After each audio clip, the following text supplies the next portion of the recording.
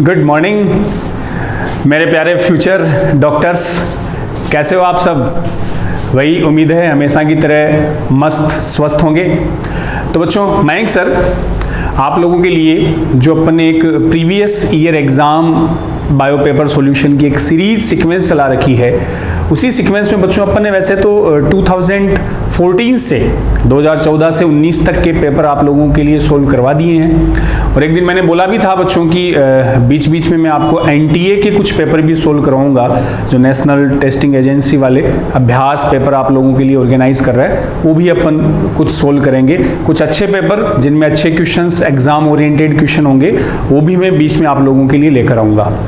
हालांकि एनटीए वाले पेपर में बच्चों थोड़ा सा टाइम टेक्निकली ज़्यादा लगता है, बिकॉज इन पेपर का पहले स्क्रीनशॉट लो, फिर कंप्यूटर में करो, थोड़ी लंबी प्रोसेस है, लेकिन फिर भी लगे हुए हैं जब आप लोगों के लिए। आप लोगों के साथ हमने भी कमर तो कसी हुई है ना, तो बिल्कुल जितने मेरे से बन पड़ेंगे बच्चों, एनटीए के पेपर भी मैं आपको बीच में सोल्व कराऊंगा और कोशिश करूंगा कि उस एनटीए के पेपर में पूरी बायोलॉजी ही आप लोगों के लिए अपन सोल्व करें। तो उसी सीक्वेंस में बच्चों आज मैं आप लोगों के लिए एनटीए का 65 नंबर का जो पेपर है, टेस्ट है, उसका बायोलॉजी का पेपर मैं आप लोगों के लिए लेकर आया हूँ। तो करें बच्चों उसको स्टार्ट, तैयार हैं आप? चलो, तो 65 नंबर एनटीए का जो पेपर है उसमें बायो का फर्स्ट क्वेश्चन बोर्ड पर आप लोगों के लिए बच्चों सामने दिख रहा है आपको क्या? Select the correct statement. तो अगला आपसे करेक्ट स्टेटमेंट की बात कर रहा है। The most common form of prion disease. देखियो बच्चों, प्रियोन जब अपन ने लास्ट एग्जाम नीट वाले पेपर सोल्व कर रहे थे तो वहां भी मैं बता रहा था आपको, ये देखो 3 वर्ड लिख रहा हूं मैं, प्रियोन, वायरोइड्स और वायरस। इनसे रिलेटेड क्वेश्चन आपको हर साल बच्चों प्रीवियस ईयर एग्जाम में पूछा जा रहा है। प्रियोन की स्ट्रक्चर से आ गया, वायरोइड से आ गया, वायरस से आ गया, इनकी डिजीज से कनेक्टेड क्वेश्चन आ गया। तो पहला ही क्वेश्चन आपको प्रियोन से कनेक्ट मिल गया यहाँ। The most common form of prion disease that affects sheep is Creutzfeldt Jakob disease. अब ये जो बच्चों है क्रेटुफेल्ड्स-जैकब डिजीज, ये शिप से कनेक्टेड नहीं है, भेड़ से कनेक्टेड नहीं है, ये ह्यूमन से रिलेटेड डिजीज है। ध्यान है, आती भी है। और इसमें इस डिजीज में ह्यूमन में बच्चों अपना जो नर्वस सिस्टम है उस पर इफेक्ट डालती है। ब्रेन डीजेनरेटिव, नर्वस सिस्टम को डीजेनरेट करती है, उसे धीरे धीरे इनएक्टिव करती है। तो ह्यूमन से रिलेटेड डिजीज है। हाँ, इसका जो पॉजिटिव एजेंट है वो प्रियोन ही होता है। डिजीज होती प्रियोन से, बट गलत क्यों हुआ? क्योंकि ये शिप में नहीं होती। शिप में तो एक दूसरा नाम बच्चों आता है स्क्रेपी डिजीज। शिप में तो कौन सी करता है? स्क्रेपी। शिप, ऐसे शिप और ऐसे स्क्रेपी। भेड़ और बकरियों में स्क्रेपी डिजीज होती है। हालांकि स्क्रेपी डिजीज में भी बच्चों नर्वस सिस्टम पे इफेक्ट पड़ता है, बट वो शिप और गोट से कनेक्टेड। ये जो लिखा हुआ है क्रेटुफेल्ड्स-जैकब डिजीज, ये ह्यूमन से रिलेटेड बच्चों होती है। अब वही प्रियोन्स की जब बात चल पड़ी है तो डिस्कवर्ड बाई, वो साइंटिस्ट भी याद रख सकते हो, प्रूजिनर ने डिस्कवर किया था। अमेरिकन बच्चों साइंटिस्ट थे और इनको इस डिस्कवरी के लिए 1997 में क्या लेकर चले गए थे? 1 नोबेल प्राइज। तो इनको नोबेल प्राइज में मिला था प्रियोन्स डिस्कवरी के लिए। ये 1997 बच्चों, ये वही सन है जो आप बायोटेक में भी पढ़ते हो। बायोटेक में 1997 में वो कौन सी गाय? रोजी काऊ, ट्रांसजेनिक थी ना रोजी काऊ, जिसके मिल्क में वही अल्फा लैक्टो एल्ब्यूमिन। क्लियर? एक लीटर में 2.4 अल्फा लैक्टो एल्ब्यूमिन, वही बच्चों। चलो, सेकंड तो पहला गलत हो गया स्टेटमेंट। दूसरा, a prion is a type of glycoprotein. Glycoprotein नहीं, ग्लाइकोप्रोटीन में तो प्रोटीन के साथ बच्चों कार्बोहाइड्रेट, ये ओनली प्रोटीन होते हैं। Prion attack nervous cells producing neuro degenerative brain disease. सही बात है, ये जो डिजीज है नर्वस से ही कनेक्टेड है। स्क्रेपी भी बच्चों किससे है? नर्वस सिस्टम से कनेक्टेड डिजीज। तो इसमें करेक्ट स्टेटमेंट कौन सा हुआ? सी जो स्टेटमेंट है बच्चों, इसमें कैसा हुआ? करेक्ट। बाकी ए और बी यहाँ क्या है? रॉन्ग। तो अपना आंसर आ गया सेकंड, सी ओनली। क्लियर? तो सेकंड मतलब बी इनमें वैसे मेंशन कर रखा है। ठीक है बच्चों, क्लियर है? चलें अगले क्वेश्चन पे। Question second, match the column वाला क्वेश्चन दे रखा है आपके इवोल्यूशन से कनेक्टेड बच्चों, इवोल्यूशन से। The dinosaur era and millions year before. अब देखो ये वैसे बच्चों जो दे रखी है यहाँ पे अपने को मिलियंस ईयर, ये वैसे एनसीईआरटी में मेंशन नहीं है। फिर भी कुछ क्वेश्चंस पे अपन थोड़ा सा दिमाग यूज करके बच्चों उनको सोल्व कर सकते हैं। हालांकि जनरली इवोल्यूशन वाले चैप्टर से क्वेश्चन एनसीईआरटी बेस्ड ही आता है, इसमें जरूर एनडीए में थोड़े से क्वेश्चन अपने को हटके मिलेंगे, फिर भी अपन उनको थोड़ा सा हल्का सा दिमाग लगा के सोल्व कर सकते हैं। जैसे अब अपने को डायनासोर एरा पता है ना कि एरा, पीरियड, एपोक 3 होते हैं बच्चों। डायनासोर का जो एरा था वो कौन सा था? मीजोजोइक एरा, सुना नाम अपन ने। अब मीजोजोइक एरा में बच्चों 3 पीरियड बता रखे हैं, कौन कौन से सीक्वेंस में? फर्स्ट ट्राइजिक, जुरासिक, एक क्रिटेशियस।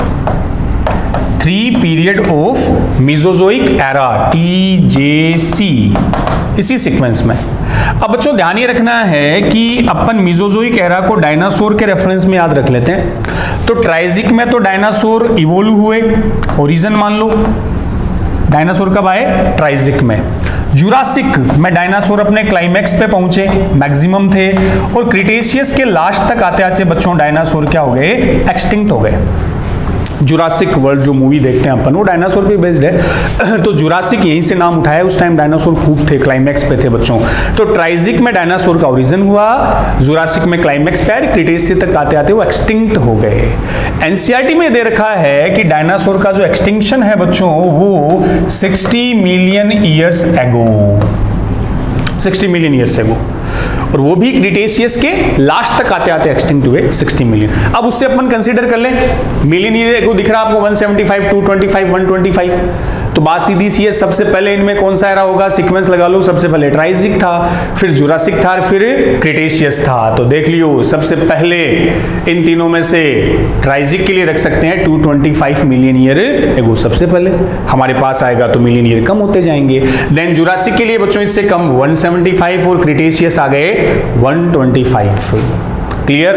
और क्रिटेशियस में बच्चों थोड़ा सा याद रख लेना, क्रिटेशियस के लास्ट तक आते आते डायनासोर क्या हुए थे? एक्सटिंक्ट। और एक्सटिंक्ट कब हो गए थे? 65 मिलियन ईयर्स एगो। हो जाएगा। तो हल्का सा दिमाग लगा कि हमें पता है कि पहले ट्राइजिक था, फिर जुरासिक था, फिर क्रिटेशियस था। क्लियर? इवोल्यूशन से कनेक्टेड क्वेश्चन। नेक्स्ट आते हैं अपन मेज द कॉलम का, प्लांट फिजियो से कनेक्ट अपन कर सकते हैं। 3 बच्चों अपने को कॉपर, बोरोन, जिंक, मेज द कॉलम का सीधा सा इनका क्या रोल होता है ये तो मिल जाएगा आपको एनसीईआरटी में। कॉपर का रोल बच्चों अपने को पता है, रेडॉक्स रिएक्शन, वही साइटोक्रोम वालों में सब में कॉपर प्रेजेंट होता ही है। और जो बोरोन है ये भी आता है, पोलन जर्मिनेशन में बोरोन का रोल रहता है। और बच्चों जिंक, जिंक का रोल कहाँ? ऑक्सीन, सिंथेसिस ऑफ ऑक्सीन में जिंक का रोल। अपने में भी जिंक इंपॉर्टेंट है, वो जो एंजाइम होता है ना कार्बोनिक एनहाइड्रेज, उसमें भी बच्चों कौन? जिंक। कार्बोक्सी पेप्टाइडेज में भी कौन? जिंक। तो copper, redox reaction, boron, pollen germination, और जिंक का रोल ऑक्सीन के सिंथेसाइज में। इंडोल एसिटिक एसिड, जिसमें एक एमिनो एसिड भी यूज होता है, सोचो इंपॉर्टेंट एमिनो एसिड है, जो एसेंशियल एमिनो एसिड है, लगाना दिमाग, भेजा यूज करो। अगला क्वेश्चन आप लोगों के लिए बोर्ड पे फिर से इवोल्यूशन का, और इवोल्यूशन में बच्चों वो जो नेचुरल सिलेक्शन वाले ग्राफ दे रखे हैं ना, उनसे भी बहुत बार क्वेश्चन आता है, लगभग फिक्स ही हो गया है। वो 3 टाइप के आते हैं ना, स्टेबिलाइजिंग, डायरेक्शनल और डिसरप्टिव, स्थायीकारी, दिशात्मक और विदारक, उसी का क्वेश्चन है। The natural selection that act against change in the form and keep the population constant through the time is. सीधी सी बात क्या कह रहा है कि भाई नेचुरल सिलेक्शन के बच्चों 3 टाइप के हैं, स्टेबिलाइजिंग, डायरेक्शनल और डिसरप्टिव। तो स्टेबिलाइजिंग नाम से देखो, स्टेबिलाइजिंग का मतलब स्थायी, स्थिर। अगर बच्चों बताते हैं कि भाई नेचर में चेंज नहीं हो रहा, स्टेबल है, फिक्स हो गई है विदाउट एनी चेंज, तब जो नेचुरल सिलेक्शन का टाइप होगा वो स्टेबिलाइजिंग है, विदाउट चेंजेस। जब चेंजेस नहीं आ रहा है तो रेट ऑफ इवोल्यूशन भी स्लो होगी ना, क्योंकि इवोल्यूशन तो क्या बोलता है? रेगुलर आने वाले चेंजेस। अगर अपना कर्व एक डायरेक्शन में टिल्ट करता है then we call directional. Stabilising में तो उसी में ऊपर चलेगा। अगर मिड से साइड में टिल्ट कर गया तो डायरेक्शनल आ गया बच्चों। और अगर वही दोनों को सिलेक्ट कर ले और 2 पीक आपको दिखाई दे तो वो कौन सा हो जाएगा? डिसरप्टिव। तो यहां क्या कर रहा है देखो, the natural selection that act against the change, change के अगेंस्ट होता है, परिवर्तन का विरोध करता है, स्टेबल रहता है, कीप द पॉपुलेशन कांस्टेंट, तो वो कौन सा हो गया? ये लो, स्टेबिलाइजिंग हो गया। स्थिर हो गया और उसमें जो वैल्यू बी वाली है वो बढ़ती रहेगी। अच्छा क्वेश्चन है भाई, कर्व वाला बच्चों ध्यान रख लेना, मैं स्टार लगा रहा हूं, इससे कई बार आपको एग्जाम में क्वेश्चन पूछे गए हैं नेचुरल सिलेक्शन के कर्व से। अगला क्वेश्चन, एंजाइम के रेफरेंस में बच्चों बायोमोलिक्यूल का, एंजाइम से भी हर साल एक क्वेश्चन बन जाता है, आपकी 11th एनसीईआरटी का 9th चैप्टर क्या कह रहा है, with reference to enzyme turn over number means TON, turn over number का मीन क्या था, the number of substrate molecule, substrate molecule बच्चों किस में कन्वर्ट हो रहे थे, प्रोडक्ट में, इन प्रेजेंस ऑफ एंजाइम।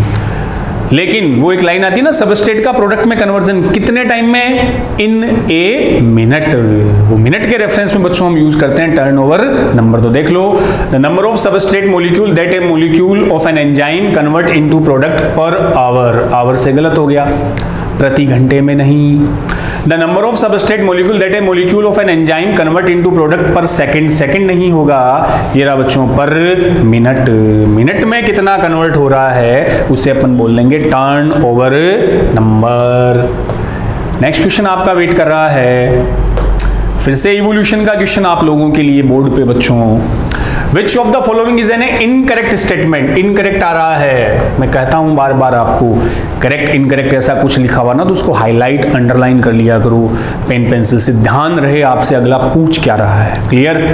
तो पहला, Darwin Finch show convergent evolution, यही बच्चों क्लियर हो गया, डार्विन की फिंच, वही डार्विन जिसने गैलापागोस आइलैंड पे बच्चों काम किया था, विजिट किया था, डार्विन की Finch is best example of किसका आती है, एडेप्टिव रेडिएशन, अनुकूली विकिरण, नेचुरल सिलेक्शन को भी एक्सप्लेन करती है डार्विन की फिंच कई चीजों के लिए बच्चों, डार्विन थाई natural selection, also explain natural selection, Darwin finch वो जियोग्राफिकल आइसोलेशन को भी एक्सप्लेन करती है, एलोपेट्रिक स्पेशिएशन, कई चीजों का एक ही बच्चों, एलोपेट्रिक स्पेशिएशन, भिन्न देशीय जाति उद्भवन को भी एक्सप्लेन करती है, एक जगह से अलग अलग आइलैंड पे जाके उन्होंने नई स्पीसीज को इवोल्व कर दिया था, ओरिजिनल तो वो सीड ईटिंग थी ना, बीज खाने वाली, फिर उनकी बीक चोंच में चेंजेस आते गए, वही सब, तो ये कन्वर्जेंट का थोड़ी है, अभी सारी थोड़ी होता है, तो एडेप्टिव रेडिएशन है, एडेप्टिव का मतलब डाइवर्जेंट है। क्लियर? तो पहला स्टेटमेंट गलत हो गया, आगे और चल लेते हैं, होमो इरेक्टस इवोल्व्ड अर्लियर देन होमो सेपियन, बिल्कुल होमो सेपियन से पहले कौन आए हैं बच्चों, होमो इरेक्टस आए हैं, होमो हेबिलिस, इरेक्टस, फिर होमो सेपियन, सही है। Homo sapien appeared in African, बिल्कुल अफ्रीकन ग्रासलैंड, अफ्रीका से इवोल्यूशन हुआ है ह्यूमन का, होमो सेपियन का। Archaeopteryx is connecting link between the birds and reptile, archaeopteryx आ गया ना, बर्ड्स, ऐसा बर्ड जिसकी बीक में टिथ वो दांत थे, तो ये रेप्टाइल और बर्ड्स के बीच की कनेक्टिंग लिंक, हालांकि बच्चों कनेक्टिंग की बजाय ज्यादा सही वर्ड क्या रहता है, मिसिंग लिंक, विलुप्त कड़ी, बिकॉज आर्कियोप्टेरिक्स फिलहाल एक्सटिंक्ट है, विलुप्त है। क्लियर? इसको लिजार्ड बर्ड भी बोलते हैं अपन, छिपकली पक्षी भी बोलते हैं, क्योंकि इसमें रेप्टाइल्स के भी कैरेक्टर होते हैं। तो आंसर आ गया ए स्टेटमेंट इसमें कैसा है, इनकरेक्ट है। अगला क्वेश्चन, नेक्स्ट बच्चों, which one of the following belongs to the same class, कौन सा ऐसे एग्जाम्पल है जो एक ही वर्ग सेम क्लास से कनेक्टेड है, पहला Mucor, Alternaria and east, unicellular fungi, ये इसकी डिफर क्लास होगी, सेम से नहीं है।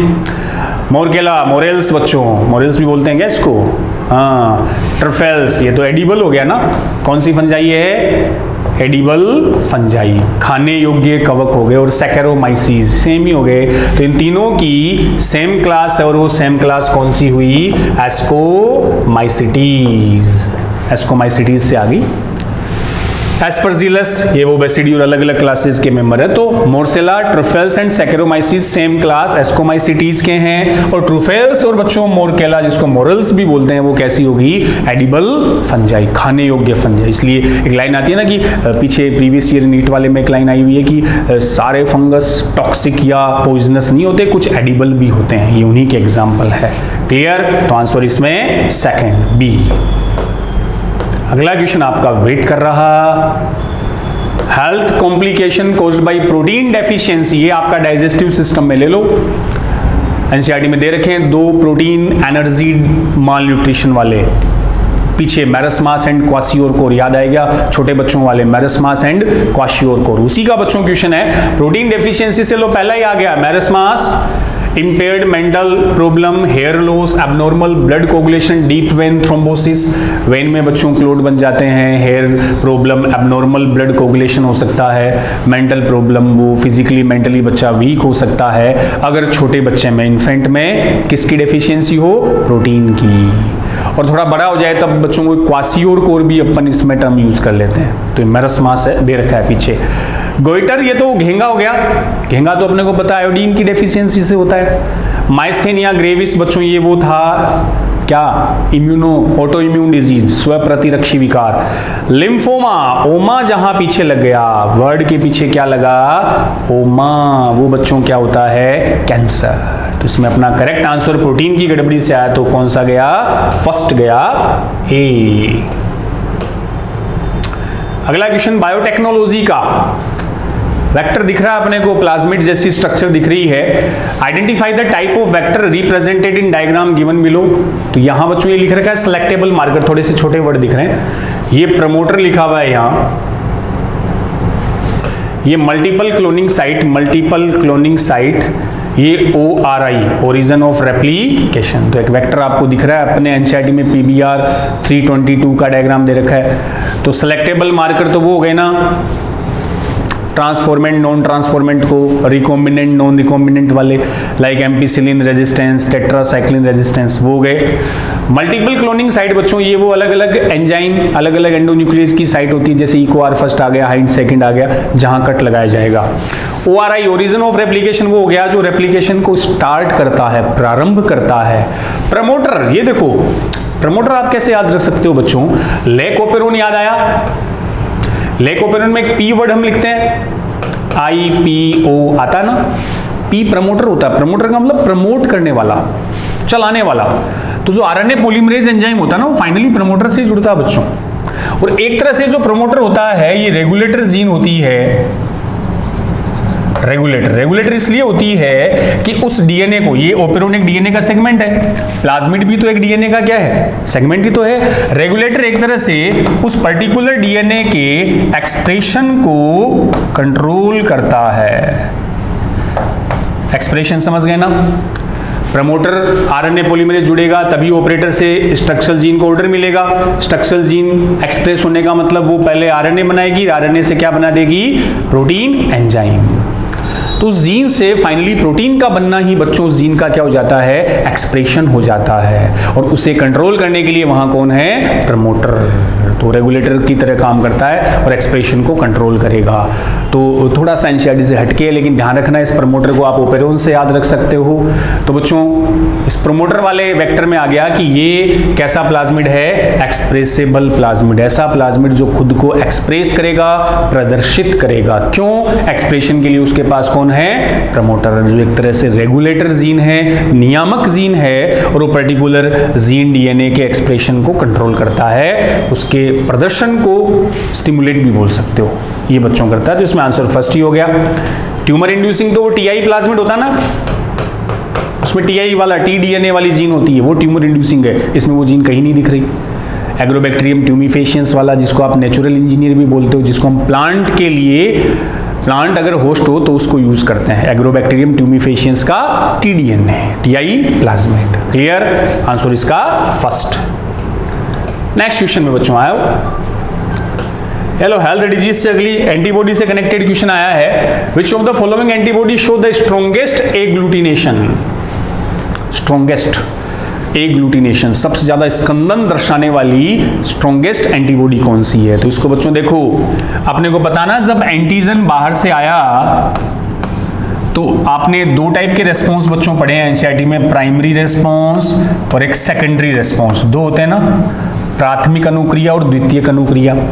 फर्स्ट टाइम जब एंटीजन आएगा तो इम्यून सिस्टम जो भी रेस्पॉन्स शो करेगा वो तो प्राइमरी है। और प्राइमरी रेस्पॉन्स में आपको ध्यान हो तो बच्चों कौन सी एंटीबॉडी आएगी, IgM। सेकेंडरी के टाइम एंटीबॉडी आती है IgG, और सेकेंडरी अपने को पता है प्राइमरी के कंपेयर फास्ट होता है, इसको एनामनेस्टिक भी बोलते हैं, होता है ये चीज पता है अपने को। अब बच्चों प्राइमरी रेस्पॉन्स में IgM आ रही है, क्यों, तो देखो IgM क्या होती है बच्चों, सबसे लार्जेस्ट एंटीबॉडी होती है। लार्जेस्ट इसलिए है कि IgM की अगर हम स्ट्रक्चर की बात करें तो ये क्या होती है, पेंटामर। पेंटा बोले तो इसमें कितनी आर्म्स हुई, 5। अब ऐसी सी स्ट्रक्चर बता सकते हैं ये बच्चों, ये लो, ये कौन, IgM पेंटामर। और हर आर्म्स के पास बच्चों ये वाली जो साइट होती है ना, जहां एंटीबॉडी किससे जुड़ती है, एंटीजन से। और एंटीजन बाइंडिंग साइट के लिए एक वर्ड आता है पैराटोप। इसको क्या बोलते हैं अपन, पैराटोप। पैराटोप वो साइट है जहां एंटीबॉडी एंटीजन से बाइंड करता है, जुड़ता है, तभी तो एंटीजन एंटीबॉडी रिएक्शन स्टार्ट होती है और वो उस एंटीजन को न्यूट्रल करेगा। तो ऐसे पैराटोप, चूंकि इसमें 5 आर्म्स होती है बच्चों, तो इसमें लगभग हर आर्म्स के पास 2 होते हैं, तो टोटल IgM के पास 10 पैराटोप होते हैं। तो IgM लार्जेस्ट एंटीबॉडी है जिस पर मैक्सिमम नंबर ऑफ पैराटोप, सबसे ज्यादा पैराटोप होते हैं। तो उस एंटीजन के सामने सबसे पहले कौन गई, IgM। और वो एक IgM कई एंटीजन के साथ जुड़कर उनको क्या कर देगा, इनएक्टिव, न्यूट्रल कर देगा। इसलिए स्ट्रॉन्गेस्ट एग्लूटिनेशन सबसे इफेक्टिव वो कौन सी होगी, IgM होगी, क्योंकि इसके पास पेंटामर है, 5 भुजाएं होती है, लार्जेस्ट है, जितनी ज्यादा आर्म्स उतने ही पैराटोप ज्यादा होंगे, लगभग 10 पैराटोप होते हैं, मैक्सिमम नंबर ऑफ पैराटोप है। पैराटोप उस साइट को बोलते हैं जहां एंटीबॉडी किससे जुड़ता है, एंटीजन से। क्लियर। और IgA होती है ना बच्चों, A में 2 आर्म्स होती है इसलिए डाइमर बोल देते हैं। Next question, which of the following suggest the main role of bacteria in the carbon cycle. Bacteria का कार्बन साइकिल में क्या रोल है, क्या रोल होता है, उसमें से कौन सा स्टेटमेंट एक्सप्लेन कर रहा है। फोटो ऑक्सीडेशन ये तो हो गया, फोटोसिंथेसिस में कार्बन साइकिल बैक्टीरिया का कहाँ रोल आया, इसी को कार्बन फिक्सेशन बोल दिया। एक ही बात होगी, डीकंपोजिंग। बैक्टीरिया बढ़ाते ही दिमाग में क्या आता है, डीकंपोजिंग। वही डीकंपोज करता है इनऑर्गेनिक मटेरियल को, मिनरल्स वगैरह बनाने के लिए डीकंपोज करेगा।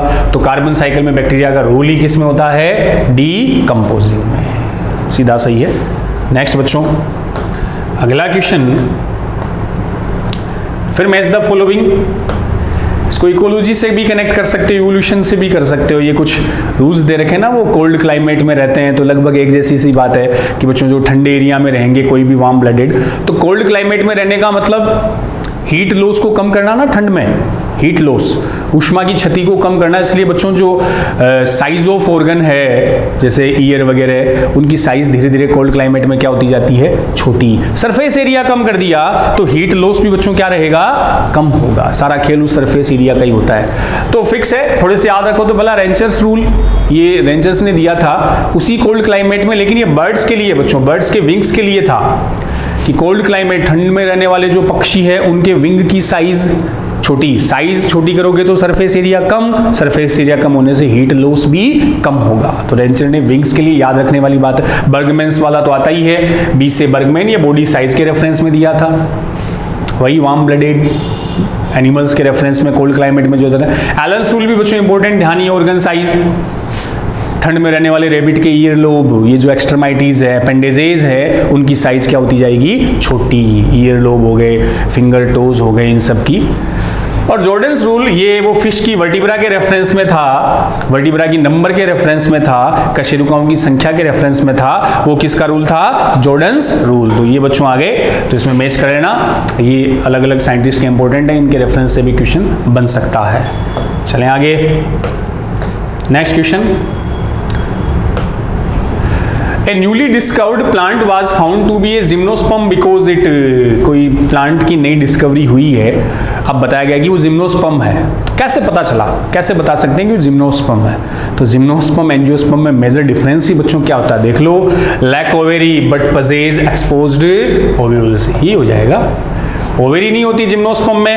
अब बच्चों ओवेरी नहीं है तो ओवेरी तो फाइनली क्या फॉर्म करती है, फ्रूट इज मॉडिफाइड ओवेरी बोलते हैं अपन। तो इनमें ना ओवेरी होगी और ना ही फ्रूट होगा, वही कौन, जिम्नोस्पर्म। और एंजियोस्पर्म में दोनों ही आ जाएंगे, पहला ही बैठ रहा है। देख लो दूसरा, पजेज जाइलम वेसल्स तो रहेगी, बियर्स पोलन ग्रेन होते ही हैं, डेवलप फ्रूट, ये बताओ होगा कि नहीं, फ्रूट थोड़ी, फ्रूट नहीं होंगे।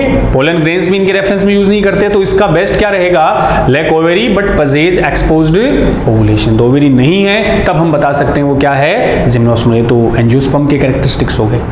क्लियर? तो ना ओवेरी ना फ्रूट। नेक्स्ट,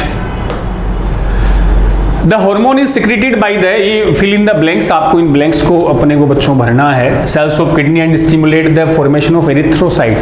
किडनी से ऐसा कौन सा हार्मोन आता है जो एरिथ्रोसाइट आरबीसी के फॉर्मेशन को स्टिमुलेट करता है बच्चों? तो ध्यान ही अपने को किडनी से कौन सा हार्मोन आता है, एरिथ्रोपोएटिन। दो आते हैं ना, एक तो हम बताते हैं कौन सा, रेनिन। रेनिन तो बच्चों आ गया वो RAAS वाला, एंजियोटेंसिन वाला। और एरिथ्रोवर्ड जहां भी आ जाए, एरिथ्रो को अपन आरबीसी से कनेक्ट करते हैं, तो the erythropoietin hormone is secreted by the, देखो बच्चों दो सेल होती है वहां, जेजी सेल और एक इंटरस्टिशियल फाइब्रोब्लास्ट।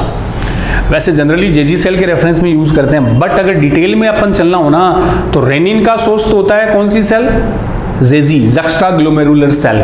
और एरिथ्रोपोएटिन आता है इंटरस्टिशियल फाइब्रोब्लास्ट सेल से। फाइब्रोब्लास्ट फाइबर फॉर्मेशन वाली सेल्स इंटरस्टिशियल स्पेस में प्रेजेंट होती है, उस पेरिट्यूबुलर कैपिलरीज के आसपास जो पीसीटी डीसीटी को कवर करती है, उन ब्लड वेसल्स के पास होती है।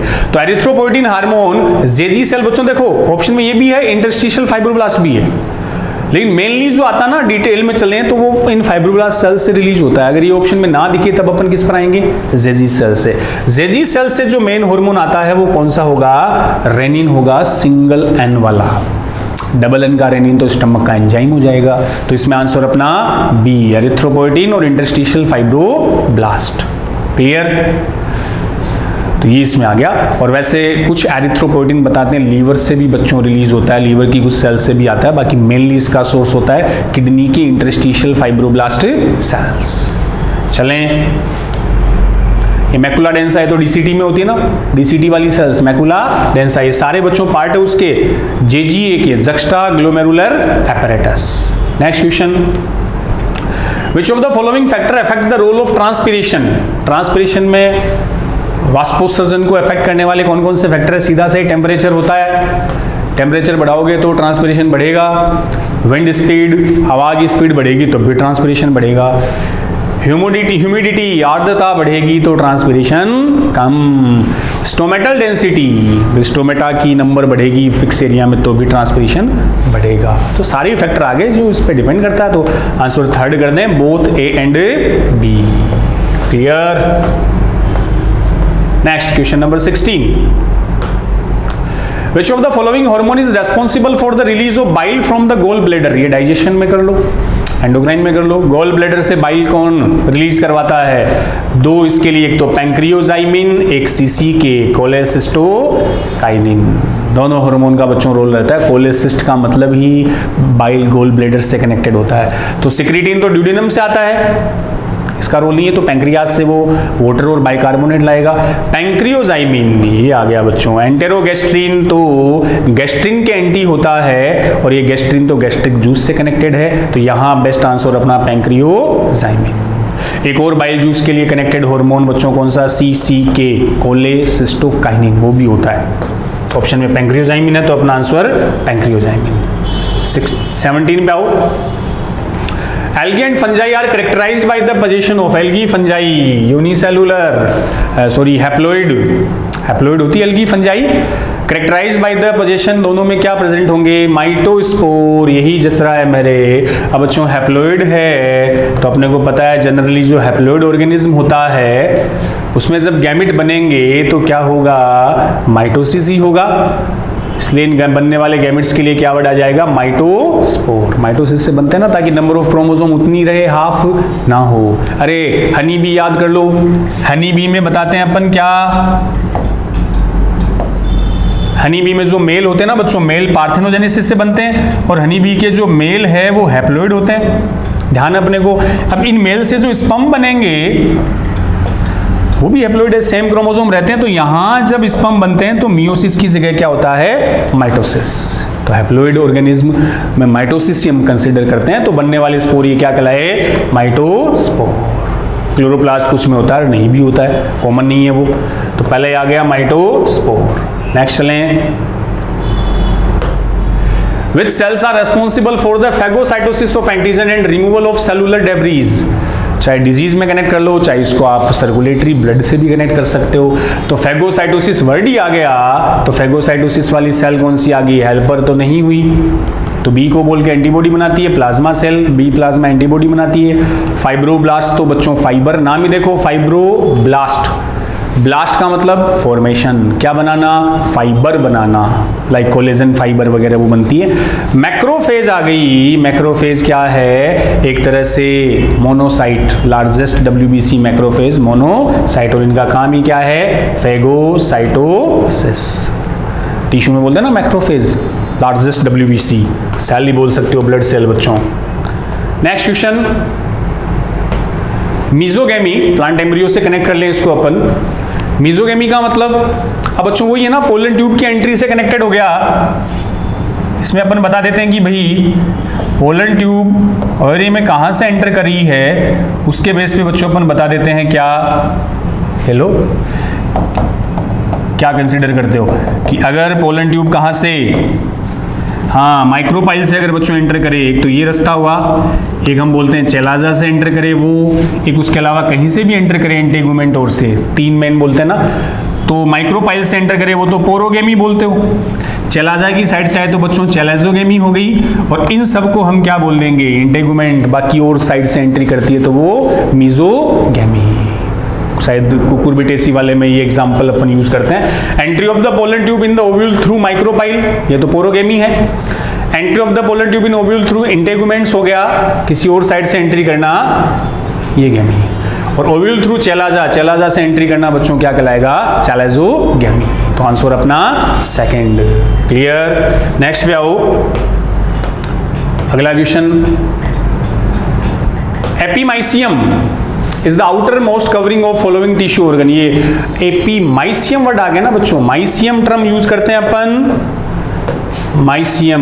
मायो जो वर्ड है वो हमेशा हम बात करेंगे मसल्स के रेफरेंस में, मायो Sarco, muscles, myology, sarcology.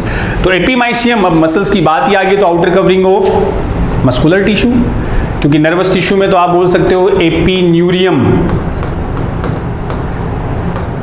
Nerve के लिए न्यूरियम आ गया, एपी आउटर। कार्टिलेज, पेरीकॉन्ड्रियम, कार्टिलेज के लिए अपन पेरीकॉन्ड्रियम, कॉन्ड्रिन वर्ड कार्टिलेज के लिए यूज करते हो, तो एपीमाइसियम, माइसियम वर्ड आ गया मसल्स के लिए। अरे एपीमाइसियम आता है, एंडोमाइसियम, पेरीमाइसियम, ये वर्ड बच्चों यूज करते हैं ना अपन। तो माइसियम, मायो से आप याद रख लो मसल्स। अगला फिर प्लांट एम्ब्रियो, या इसको अपन एपोमिक्सिस पढ़ते हैं। Apomixis is found in, apomixis कहाँ मिलेगा अपने को? एपोमिक्सिस, एपोमिक्सिस समझ गए ना, सीधा ही बोलते हैं अपन, डायरेक्ट फॉर्म होना, उसमें अपन यूज ही नहीं करते क्या? पार्थेनोजेनेसिस इसी का तो टाइप हो गया, जिसमें डायरेक्ट एग ले लो, एम्ब्रियो ओव्यूल ले लो, सीधा किसमें कन्वर्ट हो रहा है? एम्ब्रियो में। तो apomixis, एस्ट्रेसी but not in grass, ये बच्चों दोनों में, एस्ट्रेसी फैमिली के मेंबर में मिलता है, ग्रासेस में भी फैमिली के मेंबर होते हैं, दोनों में प्रेजेंट होता है ना। तो एस्ट्रेसी बट नॉट इन ग्रास, ये बात गलत हो गई, दोनों में ही है। ग्रासेस बट नॉट इन एस्ट्रेसी, ये भी गलत हो गया। थर्ड आ रहा है बोथ एस्ट्रेसी एंड ग्रासेस, तो आंसर आ गया थर्ड, एपोमिक्सिस। एपो, एपो बोले तो विदाउट, एपो का मीन होता है विदाउट, बिना। मिक्सिस का मतलब मिक्स, मैरिज, बिना फ्यूजन के। तो ऐसे सीधे ही बोल दो, अगर ओव्यूल ओवम एग से सीधा क्या बन रहा है? एम्ब्रियो। पार्थेनोजेनेसिस का टाइप पर ध्यान आपको, एपोमिक्सिस। क्लियर? अगला क्वेश्चन, टिश्यू का, the epithelium found in hollow organs like bronchioles are originally, bronchioles, fallopian tube, इनमें बच्चों कौन सी? एनसीईआरटी में मान सकते हो, सिलिएटेड कॉलमनर एपिथेलियम। तो सिलिएटेड ऐसी कॉलमनर सेल होती है जिसके ऊपर क्या लगे रहेंगे? सीलिया। तो कॉलमनर स्तंभाकार एपिथेलियम। स्क्वेमस यहाँ नहीं होती, कंपाउंड तो अलग लेंस का टाइप है, तो यहाँ आ गया columnar epithelium. Next question, fill the blanks, रिक्त स्थानों को भरो। The morphology of the chromosome study at, ये बच्चों सेल, अपने सेल डिवीजन, सेल बायो से कनेक्ट कर लो कि क्रोमोसोम की मॉर्फोलॉजी की स्टडी, क्रोमोसोम की स्ट्रक्चर आकारिकी की अध्ययन अपन कौन सी स्टेज में कर सकते हैं? प्रोफेज, मेटाफेज, एनाफेज, टेलोफेज, कहाँ? तो मेटाफेजिक प्लेट पे अरेंज होते हैं ना क्रोमोसोम क्लियरली, तो मेटाफेज में कर सकते हो। Recombination nodule appears eight recombination crossing over, prophase की कौन सी स्टेज? इसका बहुत बार क्वेश्चन आपको मिलेगा, पैकाइटिन स्टेज, पैकाइटिन में ही है। Induce polyploidy by inhibiting polymerisation of spindle, polyploidy induce करने वाला एक केमिकल बोलते हैं ना जिसको माइटोटिक पॉइजन भी बोलते हो आप, कोल्सिसिन। हाँ, वो माइटोटिक पॉइजन है, स्पिंडल फाइबर बनेंगे नहीं तो वो क्रोमोसोम सेल आगे डिवाइड नहीं होंगे बच्चों, डिप्लॉइड हो जाएगा बट आगे डिवाइड नहीं होता। True reduction in number of chromosome occurs in meiosis में, मियोसिस में आ गया, मियोसिस फर्स्ट अपन बोलते हैं ना ट्रू रिडक्शन, या आप गैमेट प्रोडक्शन में भी देख लेते हो, मियोसिस फर्स्ट को ही रिडक्शन डिवीजन बोलते हैं क्योंकि उससे नंबर ऑफ क्रोमोसोम हाफ हो जाते हैं। मिला लो इसका मेज द कॉलम, देख लो क्या रहा है, कहाँ सेट बैठ रहा है। तो ए में एनाफेज नहीं होगा ना, ये तो मेटाफेज है। C mustard gas colchicine, metaphase first ये गलत हो गया। ए प्रोफेज, कोल्चिसिन गलत हो गया। बी पैकाइटिन, हाँ बी में पैकाइटिन, और D true reduction in number of chromosome occur in anaphase first. Prophase की कौन सी आ गई? ये एनाफेज फर्स्ट मियोसिस में। क्लियर है? मियोसिस फर्स्ट की कौन सी आ गई? एनाफेज फर्स्ट में। क्लियर? चलें आगे, चलो फिर देर किस बात की। Next question, which of the following, क्या कह रहा है? Which of the following set consist of pseudocoelomate organism. Pseudocoelomate, pseudo में ये अपने टेक्सोनोमी का क्वेश्चन है। ऐसी सिलोम बच्चों, शूडो फॉल्स बोलते हैं ना, ऐसी सिलोम स्केटर्ड पाउच के फॉर्म में होती है ना, पूरी तरह से नहीं कवर होती, वो छोटे छोटे पैचेस के फॉर्म में प्रेजेंट होती है शूडोसिलोम। अरे तीन कैटेगरी जिनमें सिलोम नहीं होती वो तो बेटा जी ए सिलोमेट, एक आते हैं शूडोसिलोमेट और तीसरे आते हैं सिलोमेट। तो ए सिलोमेट का एग्जांपल तो हम प्लेटी हेलमंथीज लेते हैं, शूडो में अगला फाइलम एस्के हेलमंथीज आता है, और फिर एनेलिडा से लास्ट कोर्डेटा तक कौन आते हैं? सिलोमेट आते हैं। तो देख लो शूडो की बात कर रहा है, एस्केरिस एनसाइलोस्टोमा, एस्केरिस और एनसाइलोस्टोमा दोनों किस फाइलम के मेंबर हुए? एस्के हेलमंथीज। ये तो राउंड वर्म हुआ, और एनसाइलोस्टोमा को क्या बोलते हो? एनसाइलोस्टोमा बच्चों कौन सा हुआ?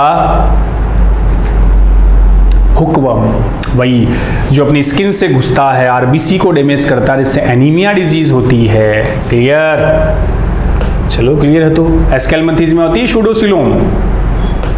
Next, hormone have the following feature. Endocrine का क्वेश्चन बच्चों, हार्मोन में ये फीचर है, इससे रिलेटेड क्वेश्चन है कि adeno hypophysis produce gonadotropins. Last पूछ रहा है which of the above factor influence secondary sexual character, किन में कौन से फैक्टर है जो द्वितीयक लैंगिक लक्षण उत्पन्न करते हैं, उससे कनेक्टेड क्वेश्चन आ गया बच्चों। एडिनो हाइपोफाइसिस प्रोड्यूस गोनेडोट्रोपिन, बिल्कुल एलएच और एफएसएच। गोनेडोट्रोपिन होते हैं ना जो पिट्यूटरी की एडिनो हाइपोफाइसिस से आते हैं, एंटीरियर लोब बोलते हो। Beside sex cell hormones are also produce by testis and ovary, बिल्कुल पिट्यूटरी की अलावा टेस्टिस से भी एंड्रोजन आता है, ओवेरी से प्रोजेस्टेरोन एस्ट्रोजन आता है, सही है। Testosterone is produce by Leydig cell, बिल्कुल टेस्टिस में बच्चों लेडिंग या इंटरस्टिशियल सेल होती है जहां से क्या आता है? Testosterone. Estrogen is produce by the ovary, ये भी सही है। तो सारे स्टेटमेंट इसमें क्या हो गए? सही हो गए। हार्मोन से रिलेटेड आ गया, सेक्सुअल कैरेक्टर से कनेक्टेड आ गया। चलो, the amino acid found only in bacterial and blue green algae, जीवाणु और नीलहरित शैवाल में मिलने वाला अमाइनो एसिड कौन सा है? तो बच्चों बैक्टीरिया की सेल वॉल में अपन पढ़ते हैं, ग्राम नेगेटिव बैक्टीरिया में, हाँ ये रहा DAP, कौन सा? डाई एमिनो पामेटिक एसिड, ये तो मिलता है इन सेल वॉल ऑफ बैक्टीरिया। और वैसे ग्राम नेगेटिव या बच्चों जो बैक्टीरिया की सेल वॉल होती है उसमें दो बताते हैं ना अपन, एक तो NAM, एक NAZ। NAM N acetyl muramic acid और एन एसिटिल ग्लूकोसेमाइन, इसी का पॉलीमर वो होता है। चलो सीधा ही आ गया। Next, select the correct order of phyla on the basis of number of species. जातियों की संख्या के आधार पर फाइला के करेक्ट ऑर्डर को, किस में सबसे ज्यादा जातियां, उससे कम किस में, फिर उससे कम किस में। तो बच्चों मैक्सिमम की बात आए तो आपके दिमाग में कौन सा फाइलम आता है? आर्थ्रोपोडा। आर्थ्रोपोडा में सबसे ज्यादा आर्थ्रोपोडा। फिर मोलस्का होता है ना। तो आर्थ्रोपोडा, अब मोलस्का पहले नहीं आएगा तो सेकंड पे है। आर्थ्रोपोडा, मोलस्का, अब देखो बच्चों यहाँ ठीक है, आर्थ्रोपोडा में सबसे ज्यादा होती है, लगभग 10 लाख, 1 मिलियन के लगभग कंसिडर करते हैं। देन मोलस्का कोर्डेट में होती है लगभग 60,000 और एस्केलमंथीज में बताते हैं 80,000 स्पीसीज ऐड करते हैं। वैसे ऐसे क्वेश्चन पूछे नहीं जाते जनरली, लार्जेस्ट और के रेफरेंस में आ जाते हैं। तो आर्थ्रोपोडा के बाद मोलस्का सही है, फिर कोर्डेट भी सही है। लेकिन एस्केलमंथीज में बच्चों जो नंबर ऑफ स्पीसीज है वो कोर्डेटा से ज्यादा होती है, इसमें 60,000, इसमें लगभग 80,000, इसलिए सीक्वेंस गलत है, ये भी गलत है। आर्थ्रोपोडा 1 मिलियन 10 लाख, एस्केलमंथीज लगभग 80 और कोर्डेट में लगभग 60,000। तो ये जो डी सीक्वेंस है वो इसमें क्या रही? करेक्ट रही। और वैसे बोलते हैं ना कोर्डेट में तो 3 to 5% ही स्पीसीज आती है, बाकी सारे तो क्या होते हैं? Non chordate. और उसमें भी 90% के लगभग अकेला कौन ले जाता है? आर्थ्रोपोडा। चले ये लो, in DNA molecule mol bio का क्वेश्चन ले लो। Nitrogenous base is linked to pentose sugar by a linkage and the pentose sugar is linked to phosphate by B linkage. ये वाला, ये अपन मान ले, ये first carbon, second, third, fourth और फिफ्थ कार्बन। तो पहले कार्बन से बच्चों क्या जुड़ा? नाइट्रोजनस बेस जुड़ा, और ये बॉन्ड क्या कहलाया? N glycosidic bond. पांचवें कार्बन से पेंटोज जुड़ी, ये बॉन्ड कौन सा हुआ? एस्टर और फॉस्फोडाइएस्टर बॉन्ड। देख लो कहाँ है, column A sugar nitrogenous base से तो ये रहा, एन ग्लाइकोसाइडिक लिंकेज हो गया। ये एमाइड लिंकेज नहीं होता, गलत है, एन ग्लाइकोसाइडिक और फॉस्फोडाइएस्टर लिंकेज। तो आंसर बी आ गया, ये फॉस्फोएस्टर एमाइड लिंकेज गलत। क्लियर है बच्चों? अगले क्वेश्चन पे चलते हैं। Question next, during spermatogenesis secondary spermatocyte are result of spermatogenesis. जब स्पर्म बनते हैं तो सेकेंडरी स्पर्मेटोसाइट किसका रिजल्ट है बच्चों? तो सीधी सी बात है, पीजीसी की ग्रोथ फेज। फिर ग्रोथ फेज से बच्चों जो ये बने, इसमें पहला जब मियोसिस होगा, मियोसिस फर्स्ट, तो मियोसिस फर्स्ट से जो प्राइमरी स्पर्मेटोसाइट है वो क्या बनाएंगे? Secondary spermatocyte. ध्यान है ना, मियोसिस फर्स्ट होता है तो प्राइमरी स्पर्मेटोसाइट से क्या बने? सेकेंडरी। और सेकेंडरी स्पर्मेटोसाइट ही कैसी सेल होती है? हैप्लॉइड। तो देख लो, during spermatogenesis secondary spermatocyte are result of meiosis first. और मियोसिस फर्स्ट को हम रिडक्शन डिवीजन बोलते हैं, न्यूनकारी विभाजन, क्योंकि इस टाइम 46 से क्रोमोसोम कितने रह जाते हैं? 23। फिर बच्चों होता है मियोसिस सेकेंड, लेकिन सेकेंड में क्रोमोसोम नंबर और कम नहीं होते, वो तो माइटोसिस की तरह ही होता है, तब बन जाते हैं वो स्पर्मेटिड, फिर उनसे वो स्पर्म बन जाता है। तो मियोसिस फर्स्ट को हम क्या बोलेंगे? रिडक्शन डिवीजन, न्यूनकारी विभाजन। चलो अगला, सेलेक्ट द इनकरेक्ट स्टेटमेंट। गलत कथन का चयन पूछा है। सेल बायोलॉजी, सेल मेम्ब्रेन से connected question. The cell envelope consist of a tightly bound 3 layer, ठीक है, of which plasma membrane is the inner most layer. सही बात है बच्चों, तो 3 लेयर होती है, फोस्फोलिपिड की बनी रहती है। सबसे इनर मोस्ट कौन सी होती है? जो singer Nicolson model, fluid mosaic model में हम पढ़ते ही हैं। और सबसे इनर मोस्ट कौन सी है? Plasma membrane. सही हो रहा है। Specialized differentiate form of cell membrane called mesosome. सही है कि गलत है? हाँ, सुन लियो वापस से। तो इनकरेक्ट पूछ रहा बच्चों,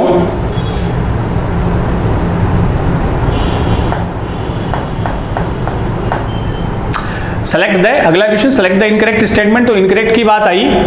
the cell envelope consist of a tightly bound 3 layered structure of which plasma membrane is the inner most layer. सोच लो, a specialized differentiated form of cell membrane called mesosome is the characteristics of prokaryote। ठीक है, prokaryote में mesosome होते हैं, वही mesosome जो mitochondria की तरह रेस्पिरेशन में हेल्पफुल होते हैं। ठीक है, surface structure of the bacteria like flagella, pili and fimbriae play a major role in motility. बोलो, मोटिलिटी में तो मेन रोल किसका होता है? फ्लैजिला का। पिलाई फिम्ब्री का मोटिलिटी में रोल नहीं होता। ये भी क्वेश्चन बना हुआ बच्चों, नीट में पूछा हुआ है इस लाइन से, स्टेटमेंट से। पिलाई फिम्ब्री वो अटैचमेंट और वो कॉन्जुगेशन में हेल्पफुल होते हैं ना। Gas vacuole are found in blue green, ठीक है, गैस वैक्यूल होती है फोटोसिंथेटिक बैक्टीरिया में। और cell envelope consist of a tightly bound 3 layered, पढ़ते हैं अपन, और इसमें प्लाज्मा मेम्ब्रेन सबसे इनर मोस्ट होती है। Fluid mosaic model phospho protein lipid वाला पीएलपी अपन पढ़ते हैं, सिंगर निकोलसन ने दिया था। तो यहां इनकरेक्ट स्टेटमेंट हो गया सी, बिकॉज मोटिलिटी में किसका रोल है? केवल फ्लैजिली का। पिलाई फिम्ब्री मोटिलिटी गतिशीलता में सहायक नहीं होते। क्लियर है? नेक्स्ट क्वेश्चन आपका इंतजार कर रहा है। Which of these pair of organism are bilateral, symmetrical and triploblastic? ये लो नीट अपने टेक्सोनोमी का क्वेश्चन। बायलेटरल, सिमेट्रिकल और ट्रिप्लोब्लास्टिक। तो बायलेटरल सिमेट्री बच्चों स्टार्ट होती है कौन से फाइलम से? प्लेटीहेल्मिन्थीस से। और पहले ट्रिप्लोब्लास्टिक, ट्रिप्लो का मतलब जर्मिनल लेयर 3, एक्टोडर्म, एंडोडर्म और मेसोडर्म, वो भी सबसे पहले स्टार्ट होता है प्लेटीहेल्मिन्थीस से।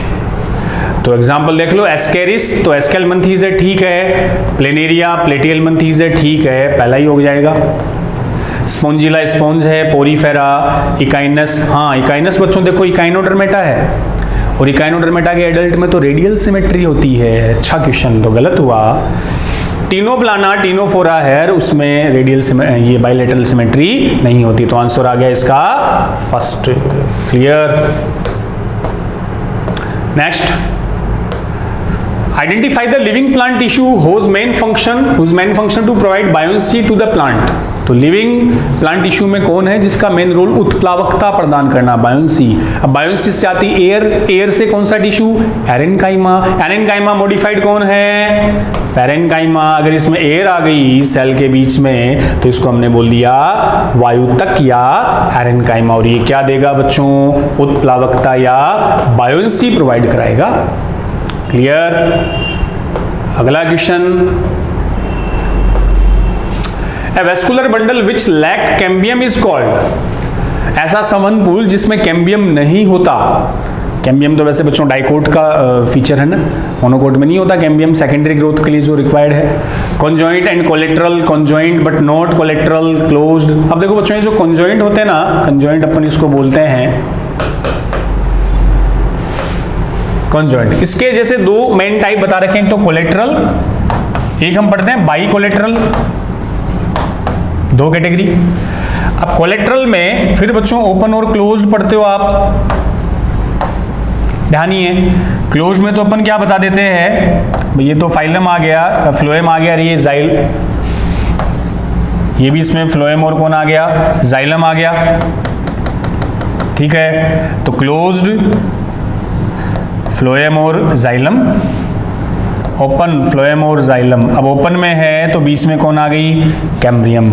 क्लोज में बच्चों कैम्ब्रियम नहीं होती।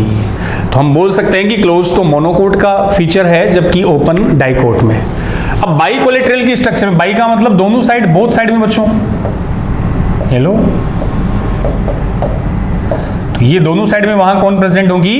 कैम्बियम। ये बाई कोलेट्रल हो गया। तो ये कह रहा है कि bundle which lack cambium is called, जिसमें कैम्बियम नहीं हो। अब बच्चों बाई कोलेट्रल तो हो नहीं सकता, इसमें तो कैम्बियम होती है। कोलेट्रल में, क्लोज्ड में कैम्बियम नहीं होगा, बट ओपन में प्रेजेंट होती है। अब देखो कॉन्जॉइंट एंड कोलेट्रल तो गलत है, कंजॉइंट बट नॉट कोलेट्रल। देखियो आगे, क्लोज्ड एंड कोलेट्रल। अब क्लोज्ड में तो नहीं है, बट कोलेट्रल के दूसरे टाइप में हो सकती है, बाई कोलेट्रल में पॉसिबल ही नहीं है। तो वैसे तो बच्चों एक रेडियल टाइप और आता है जिसमें अपन पढ़ते हैं फ्लोएम और जो जाइलम, वो एक रेडियल अरेंज सीक्वेंस में अरेंज्ड होते हैं, तो वहाँ जनरली अपन उसको एब्सेंट बताते हैं। तो इसमें वैसे तो बिल्कुल सही आंसर तो नहीं है। मोर प्रॉपर की अगर बात करें तो बता रखा है conjoint but not collateral. Conjoint, अब नॉट कोलेट्रल में इसके अदर टाइप्स में जैसे रेडियल सीक्वेंस में उनमें नहीं होते हैं, क्योंकि कोलेट्रल में तो हम बता सकते हैं ओपन में कैम्बियम होगा, बाई कोलेट्रल में तो दोनों होते हैं। क्लियर? तो एग्जैक्ट नहीं, बट मोर प्रॉपर अपन ने इसका आंसर ये रख दिया। Next, which of the following factor contributes to the increase of pulmonary volume. कौन सा फैक्टर है जिससे पल्मोनरी फेफड़ों का आयतन बढ़ेगा? इंक्रीज का मतलब आयतन को बढ़ाएंगे, रेस्पिरेटरी का क्वेश्चन है। अब बच्चों पल्मोनरी वॉल्यूम बढ़ता कब है? पहले तो ये देख लो, पल्मोनरी फेफड़ों का वॉल्यूम बढ़ेगा कब? जब आप सांस लोगे कि छोड़ोगे। ये फेफड़ों का वॉल्यूम पल्मोनरी वॉल्यूम हो गया। तो पल्मोनरी वॉल्यूम तब बढ़ेगा ना जब आप एयर को इनहेल करते हो। इंस्पायरेशन, हवा जब अंदर जाएगी तो बच्चों फेफड़ों का आयतन बढ़ेगा। अब हवा अंदर जाने को इंस्पायरेशन बोलते हो। इंस्पायरेशन में क्या क्या काम होते हैं वो देख लो। इंस्पायरेशन में डायफ्राम की फ्रेनिक मसल में कॉन्ट्रैक्शन होता है, मैं सीधा ही लिखा रहा हूं, डायफ्राम की फ्रेनिक मसल कॉन्ट्रैक्ट होगी, वॉल्यूम बढ़ाना है। और एक्सटर्नल इंटरकोस्टल मसल्स में ही कॉन्ट्रैक्ट होगी, तभी वॉल्यूम बढ़ेगा। प्रेशर कम होगा तो हाई टू लो। और एक्सटर्नल के साथ एक आती है बच्चों इंटरनल इंटरकोस्टल मसल, वैसे तो ये फोर्सफुल में इसका रोल होता है। तो दो मसल्स, कोई भी दो कनेक्टेड मसल्स बच्चों होती है ना, तो जनरली वो दोनों एक दूसरे के एंटागोनिस्टिक होती है, विरोधी होती है। अगर एक मसल कॉन्ट्रैक्ट होती है तो उससे जुड़ी हुई दूसरी मसल्स ऑटोमेटिकली हम क्या बोल सकते हैं? रिलैक्स रहेगी, शिथिल रहेगी। तो जब एक्सटर्नल इंटरकोस्टल मसल कॉन्ट्रैक्ट हो रही है तो इंटरनल इंटरकोस्टल मसल्स उस टाइम क्या रहेगी? रिलैक्स रहेगी, शिथिल रहेगी।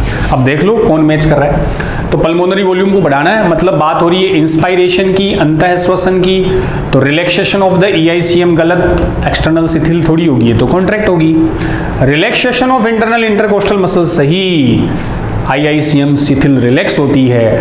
Contraction of the internal intercostal muscle गलत, और डायफ्राम में रिलैक्स नहीं, डायफ्राम क्या होगा? कॉन्ट्रैक्ट होगा। क्लियर? ये रेस्पिरेटरी का क्वेश्चन। अगला क्वेश्चन आपका, Which of the following is the basis of phylogenetic classification? जाति उद्भव आधारित वर्गीकरण का क्या आधार है? फाइलोजेनेटिक का मतलब तो आ गया ना, इवोल्यूशन से भी कनेक्ट कर सकते हो उसको। Evolutionary history, study of evolutionary history of organism, of an organism. तो किसी जीव का उद्विकासीय इतिहास का अध्ययन, इवोल्यूशनरी हिस्ट्री का, कि कैसे उसका इवोल्यूशन हुआ, कौन कौन पहले आए, बाद में क्या है। जैसे ह्यूमन इवोल्यूशन पढ़ते हैं अपन, Ramapithecus, Australopithecus, Homo habilis, erectus, होमोसिप, तो पूरी सीक्वेंस वाइज पूरी उसकी स्पीसीज के इवोल्यूशन की हिस्ट्री, इतिहास के बारे में बताना। और इंडिविजुअल की बच्चों अगर बात आए ना तो हम ओंटोजेनी बोलते हैं और ये फाइलोजेनी है, ठीक है।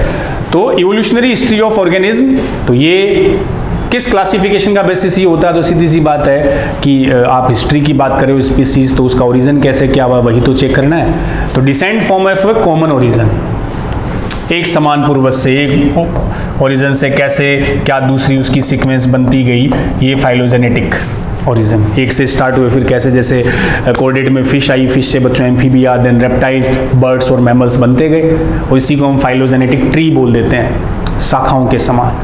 तो कॉमन ओरिजिन का डिसेंट जो है वो फाइलोजेनेटिक क्लासिफिकेशन का बेस होता है, ओरिजिन पे डिपेंड करता है। Next, choose the incorrect match in the following. Incorrect match की बात कर रहा है। और हाँ, ये IRV वाला, ये भी हर साल पिछले 2-3 साल से बच्चों इसका भी क्वेश्चन पूछा जा रहा है। रेस्पिरेटरी के जो लंग्स वॉल्यूम और कैपेसिटी है उनसे। इंस्पायरेटरी कैपेसिटी IC इनकरेक्ट पूछ रहा है। IC तो IRV प्लस TB, ठीक बात है। इन दोनों का टोटल ये IRV हम बताते हैं 2,500 से 3,000 और tidal volume 500 millilitre. Functional residual capacity FRC RV plus ERV, ये भी सही है। टोटल लंग कैपेसिटी बच्चों VC माइनस TB थोड़ी होगा, ये तो VC प्लस RV होगा, ये गलत हो गया। और वाइटल कैपेसिटी सही है, तो आंसर गया C। Next, gonyaulax is a protist which? Gonyaulax is a protist, protista है। क्या है बच्चों ये? वैसे एक डाइनोफ्लेजिलेट होता ना, डाइनोफ्लेजिलेट।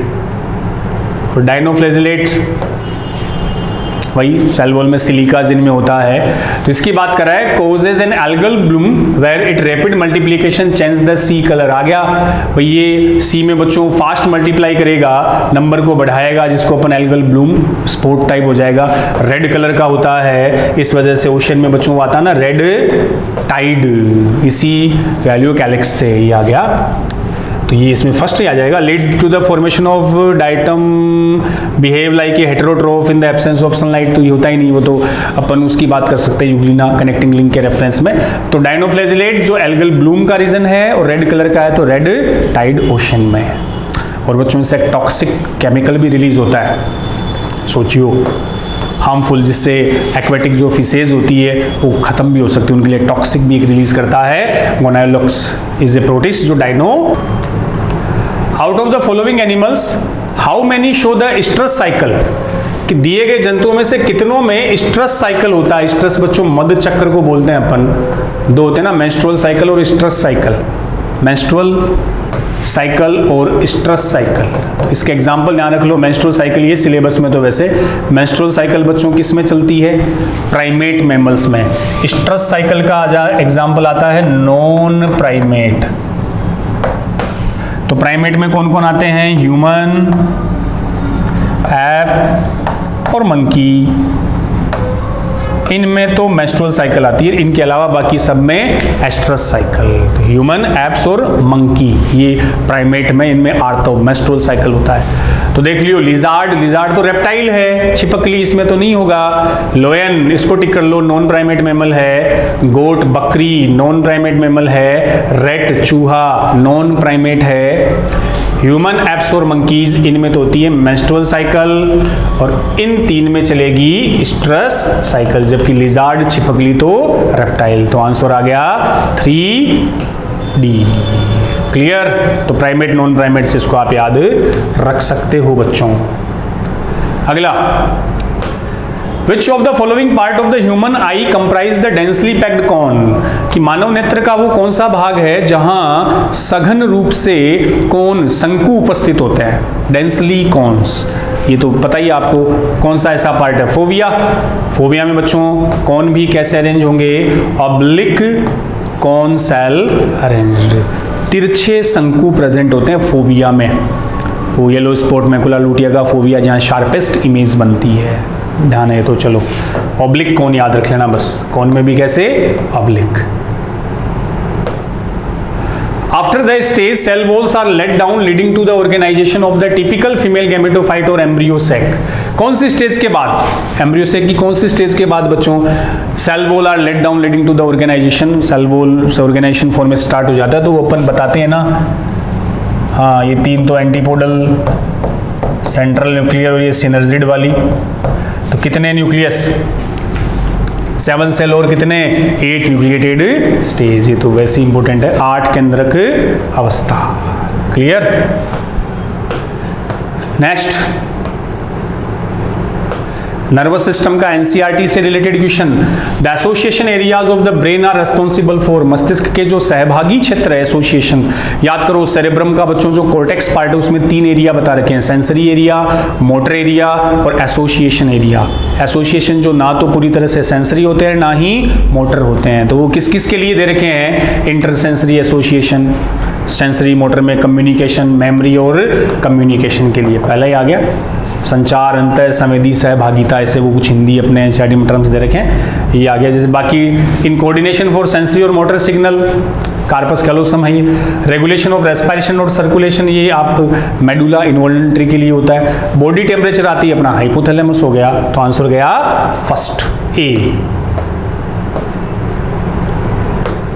Which type of endosperm is observed in the white kernel of coconut? ये नारियल का क्वेश्चन बच्चों पूछ लिया जाता है कि नारियल के व्हाइट कर्नेल जो गिरी वाला पार्ट है उसमें कैसा एंडोस्पर्म। तो अपने को पता है कोकोनट का जो वोटर है उसमें तो बच्चों न्यूक्लियर, और जो गिरी वाला पार्ट है वो सेलुलर, ये तो याद ही रख लियो। तो कोकोनट, नारियल पानी में तो न्यूक्लियर कैरियोकाइनेसिस रहता है, ये कैसा रहेगा, सेलुलर। गिरी की बात करें, व्हाइट वाला जो पार्ट खाने वाला उसमें। ये लो कॉकरोच का एनसीईआरटी का डायग्राम ही आ गया। कॉकरोच के उसका सर्कुलेटरी सिस्टम का डायग्राम बच्चों दे रखा है, रीड द डायग्राम और ए और बी को सिलेक्ट करो। तो ए, उस डायग्राम को जब देखोगे ना बच्चों, तो कॉकरोच में बताते हैं अपन 13 चैम्बर ऐसे हार्ट होता है, 13 कक्षीय हृदय। तो उसमें सबसे ऊपर वाली जो है वो तो एंटीरियर एरोटा, अग्र महाधमनी वर्ड उसके लिए दे रखा है, और हार्ट से जुड़ी हुई जो मसल्स है वो कॉकरोच में बच्चों कौन सी होती है, एलरी मसल्स, पक्षाकार पेशियां। तो ये ए एंटीरियर एरोटा और ये मसल्स है एलरी मसल्स। ध्यान रख लेना आपने, हार्ट में तो कार्डियक मसल होती है, कॉकरोच में बच्चों एलरी मसल्स। और कॉकरोच के हार्ट में चेंबर कितने, 13 चेंबर। ये डायग्राम दिख रहा है क्या, देख लो, प्यारा सा डायग्राम है। फिर कहोगे मिस कर रहे हैं सर, दिख गया, समझ गए। चलें, कौन सा 9th चैप्टर 12th एनसीईआरटी का, किसका डायग्राम, अरे म्यूल और हिन्नी दो होते हैं ना, इंटर स्पेसिफिक, अलग अलग स्पीसीज की ब्रीडिंग से, क्रॉस से। तो म्यूल में तो बच्चों मेल डोंकी, फीमेल हॉर्स, और हिन्नी में मेल हॉर्स, फीमेल डोंकी। तो ये म्यूल का डायग्राम है। तो ये पूछ रहा है कौन सी cross breeding inter specific hybridization है। ये भी इंपॉर्टेंट है बच्चों, एनिमल ब्रीडिंग से हर साल एक क्वेश्चन मिल जाएगा आपको, इन ब्रीडिंग आउट ब्रीडिंग से।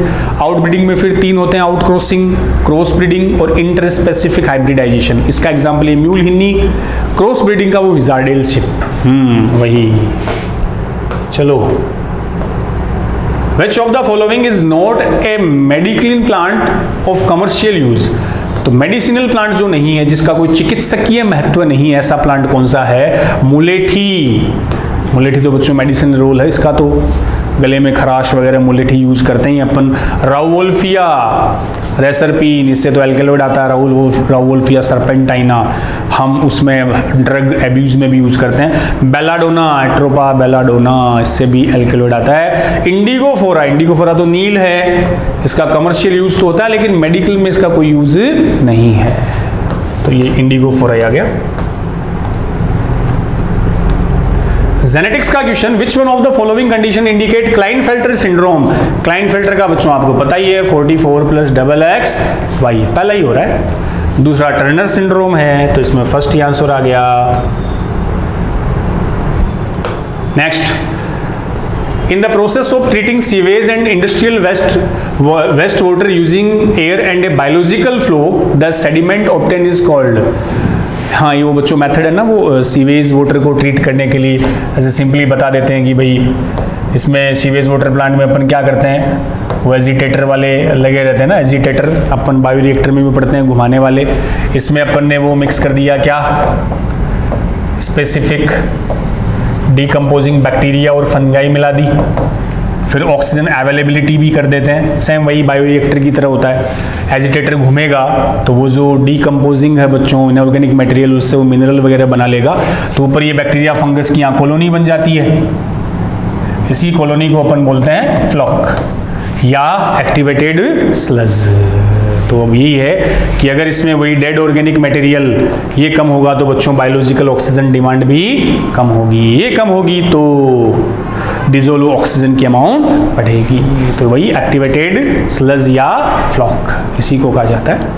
क्लियर है, चलें अगला। Throughout the country since October 2010 all 2 wheelers and 3 wheelers have to follow, ये आपकी इकोलॉजी में बताए रखा ना बच्चों। भारत, अब तो भारत 6th आ गया पोल्यूशन कम करने के लिए, वो जो अलग अलग मानक दे रखे हैं, वैसे तो यूरो होते हैं, अपने इंडिया में इनको भारत टर्म अपन यूज करते हैं। 2010 में भारत स्टेज कौन सी, 3rd 4th आ गई थी। Hello, 2 wheelers and 3 wheeler have to follow, 2 wheelers में भारत 3rd और 4 व्हीलर में भारत 4th। और अब शायद अप्रैल अपन बताते हैं 2020 से भारत 6 वाली गाड़ियाँ स्टार्ट होगी। जापान में तो वो 9 तक, यूरो 9 तक पहुँच गए हैं, अपन भी चल रहे हैं, प्रोग्रेस कर ही रहे हैं। चलो, पोल्यूशन कम करने के लिए सब बच्चों मानक होते हैं। The basic steps are required for making GMO, biotech का question, GMO genetically modified organism बनाने के लिए क्या क्या बेसिक स्टेप चाहिए, उनकी सीक्वेंस में आपको अरेंज करना है। तो सबसे पहले बच्चों identification of DNA with desirable gene. सबसे पहले तो ऐसा डीएनए सेलेक्ट करो ना जिसके पास इच्छित जीन है, या उस जीन को सिलेक्ट करो जिसे हमें वेक्टर के साथ जोड़कर किस में पहुंचाना है, होस्ट में। तो पहला स्टेप तो यही है, identification of DNA with A desirable gene, इच्छित जीन युक्त डीएनए को आइडेंटिफाई करना, उसका चयन करना। फिर उस introduction of identified DNA into the host, फिर उस आइडेंटिफाइड डीएनए को किस में ट्रांसफर करो, होस्ट में कर दो, वेक्टर के साथ बाइंड करके बच्चों। Then maintenance of introduced DNA in the host and transfer of the DNA to its progeny. फिर वो होस्ट में अपना डिजायर्ड डीएनए रेप्लिकेट करेगा, नंबर बढ़ाएगा, फिर उसकी प्रोजेनी में आगे ट्रांसफर होता रहेगा मल्टीप्लाई करके, बस। तो यही सीक्वेंस है फर्स्ट, सेकंड और थर्ड। ये देख लो फोर्थ में आ रही है, फर्स्ट, सेकंड और थर्ड बायोटेक में अपना 11 चैप्टर में दे रखा है। फिर बायोटेक का सीधा सा question, during gel electrophoresis which chemical is used for visualizing the fragment of DNA. NEET में पूछा हुआ भी है, डीएनए फ्रेगमेंट को दृश्य बनाने के लिए कौन, इथिडियम ब्रोमाइड, और साथ में क्या, ultraviolet rays. Select the incorrect match, गलत युग्म का चुनाव करो। फिर से बायोटेक का क्वेश्चन है बच्चों, ए में दिया है टेक पॉलीमरेज एंजाइम, बी में इधर एनिलिंग ऑफ डीएनए। तो टेक पॉलीमरेज डीएनए की एनिलिंग थोड़ी करता है। पीसीआर याद करो, पीसीआर के 3 स्टेप बच्चों, पहला डीनेचुरेशन, फिर एनिलिंग, तीसरा एक्सटेंशन या तो प्रसार। डीनेचुरेशन में तो हाई टेम्परेचर पे डबल स्टैंडर्ड को सिंगल में बदल दिया। एनिलिंग में हम आरएनए प्राइमर जोड़ते हैं, और एक्सटेंशन में बच्चों क्या यूज होता है, टेक पॉलीमरेज। तो पहला ही गलत हो गया, ये एनिलिंग में नहीं एक्सटेंशन में काम आएगा। आगे देख लो, chitinase obtaining DNA, fungal cell से काइटिनेज लेते हैं यूज, फंजाई में काइटिन था। Exonuclease remove nucleotide from the end of DNA, DNA के किनारों से एक्सो, बीच से endo. DNA ligase joining the fragment of DNA, बाकी सब सही है, पहला गलत है, तो आंसर आया ए। अगला question, which of the following is not an invasive alien plant species in India. निम्न में से कौन सा एग्जाम्पल एलियन प्लांट, एलियन का मतलब बाहर से आया, भारत में बाहर से आए प्लांट का एग्जाम्पल नहीं है। पार्थेनियम, ये तो ग्रास बाहर से आई है बच्चों। आइकोनिया भी, ये भी बाहर से, लेंटाना, ये तो सब फॉरेन एलियन ही है। क्लेरियास याद करो, क्लेरियास तो बच्चों एक आपको एग्जाम्पल मिला होगा टेक्सोनोमी में, मगूर, हाँ, और स्टिक्स थीज। बोनी फिश में आती है क्लेरियास, ये कैटफिश है, अफ्रीकन कैटफिश। हालांकि एलियन है, बाहर से आई है बच्चों, लेकिन ये प्लांट नहीं, ये फिश है, एनिमल है। तो आंसर गया डी, एलियन का मतलब बाहर से। अगला क्वेश्चन, ये लो, ये क्वेश्चन भी आपके इकोलॉजी में ऐसे पूछ भी लेते हैं बच्चों, प्रोटोकॉल वाले आई भी रखे हैं, क्योटो प्रोटोकॉल, मॉन्ट्रियल प्रोटोकॉल, ध्यान है एनसीईआरटी का ही है। 190 countries place to achieve a significant reduction in the current rate of biodiversity loss at global levels by 2010, unsustainable development held in 2002 in Johannesburg, South Africa. कौन सा summit था? हाँ, वही होते ना, 1992 से था शायद स्टार्ट बच्चों, देन 2002 2012 हर 10 साल में। 1992 में तो रियो डी जेनेरियो ब्राजील में, 2002 में जोहान्सबर्ग साउथ अफ्रीका, फिर से रियो डी जेनेरियो ब्राजील।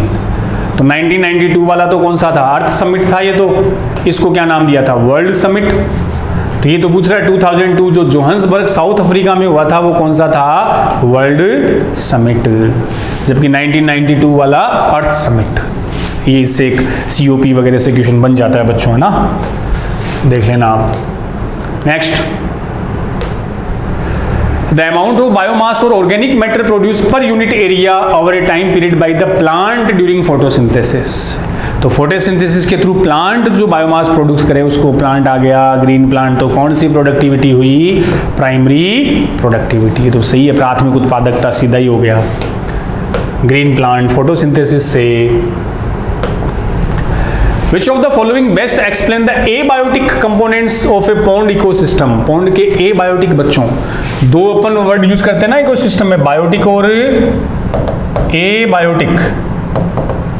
तो बायोटिक में तो प्लांट एनिमल वो सारे आ गए, एबायोटिक में आप किसको यूज करते हो? लाइट, टेम्परेचर आ गया, वही सारी चीजें, ऑर्गेनिक इनऑर्गेनिक जो मटेरियल है वो सब अपन किस में इंक्लूड करेंगे?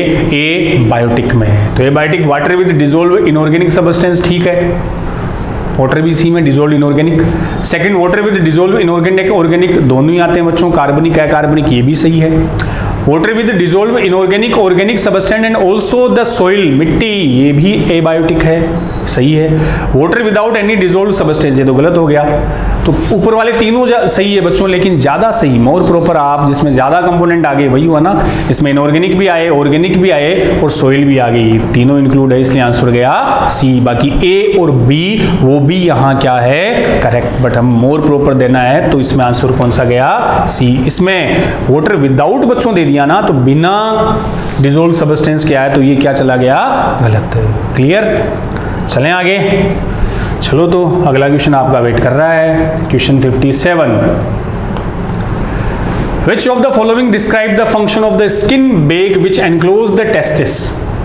वृषण के चारों ओर बच्चों जो त्वचा का आवरण बैग, स्किन बैग, इसको ऐसे समझ लो कि जो टेस्टिस है, टेस्टिस बच्चों, टेस्टिस की जो कवरिंग है उसे हम क्या नाम देते हैं, स्क्रोटम बोलते हैं, और टेस्टिकुलर सैक। तो स्क्रोटम का मेन रोल, अरे वही मसल्स आती है ना स्क्रोटम की वॉल में, कौन सी, डार्टोस, याद आई क्या, स्क्रोटम में कौन सी मसल हुई, डार्टोस मसल।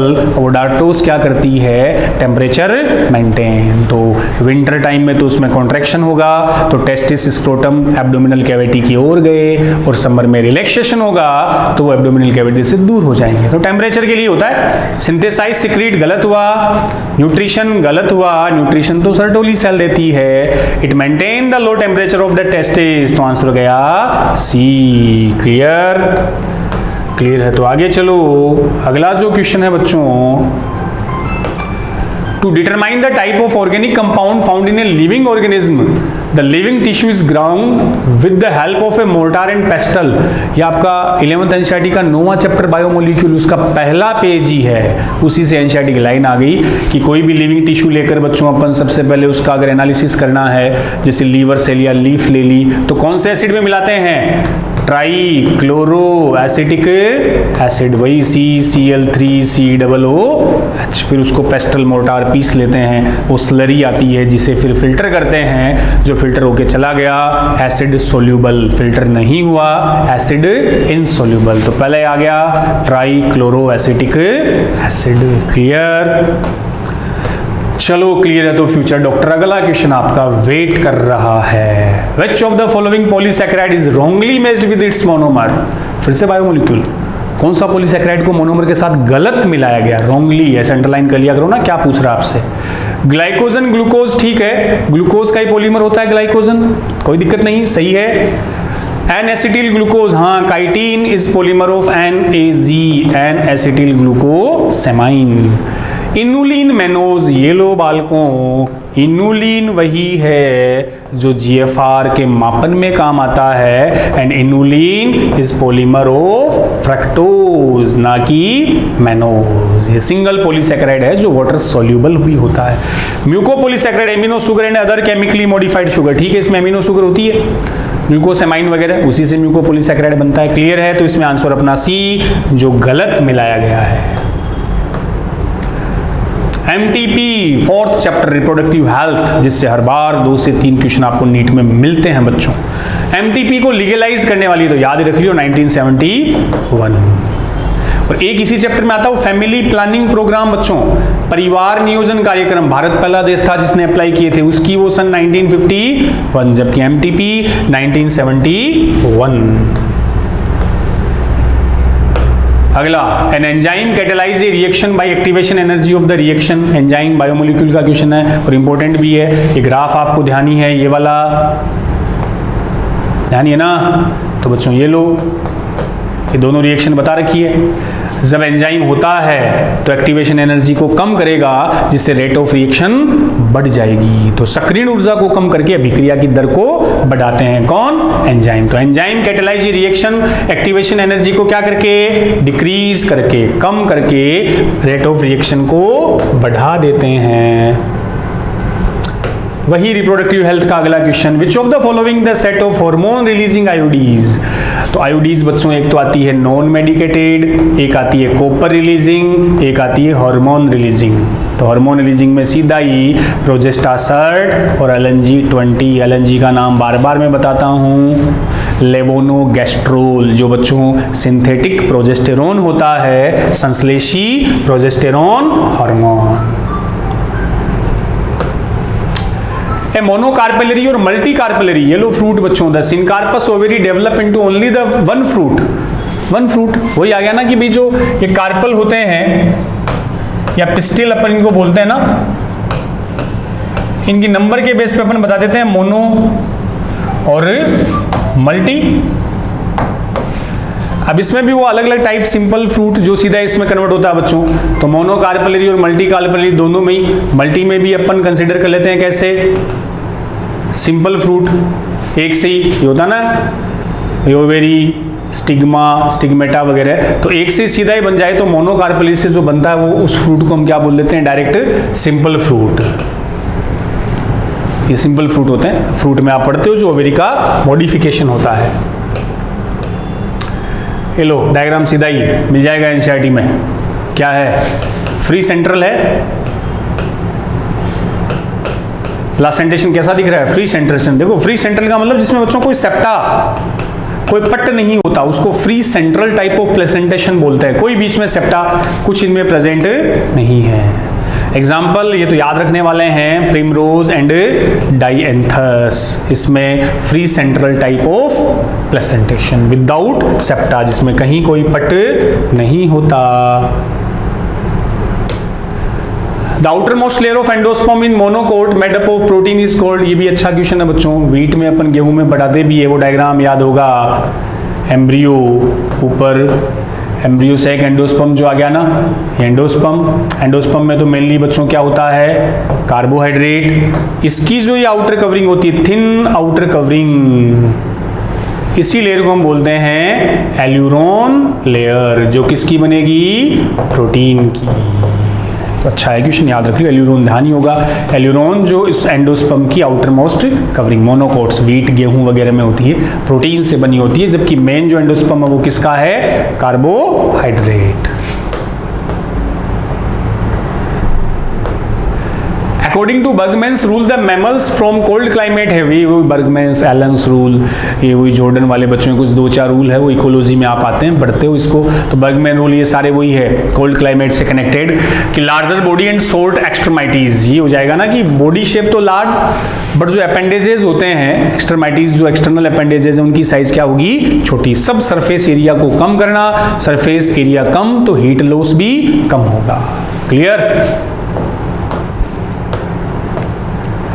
अपन ने समझ लिया कि मैमल्स फ्रॉम कोल्ड क्लाइमेट है, क्लियर होगी ना बात ये, कि भाई इन्होंने ये बोला था कि जो वार्म ब्लडेड एनिमल बच्चों कोल्ड एरिया में सर्वाइव करते हैं, उनका बॉडी साइज लार्ज, बट जो एक्सट्रीमाइटीज है, अपेंडेजेस है, आउटर जो ऑर्गन्स अपन बता सकते हैं, वो बच्चों क्या होंगे,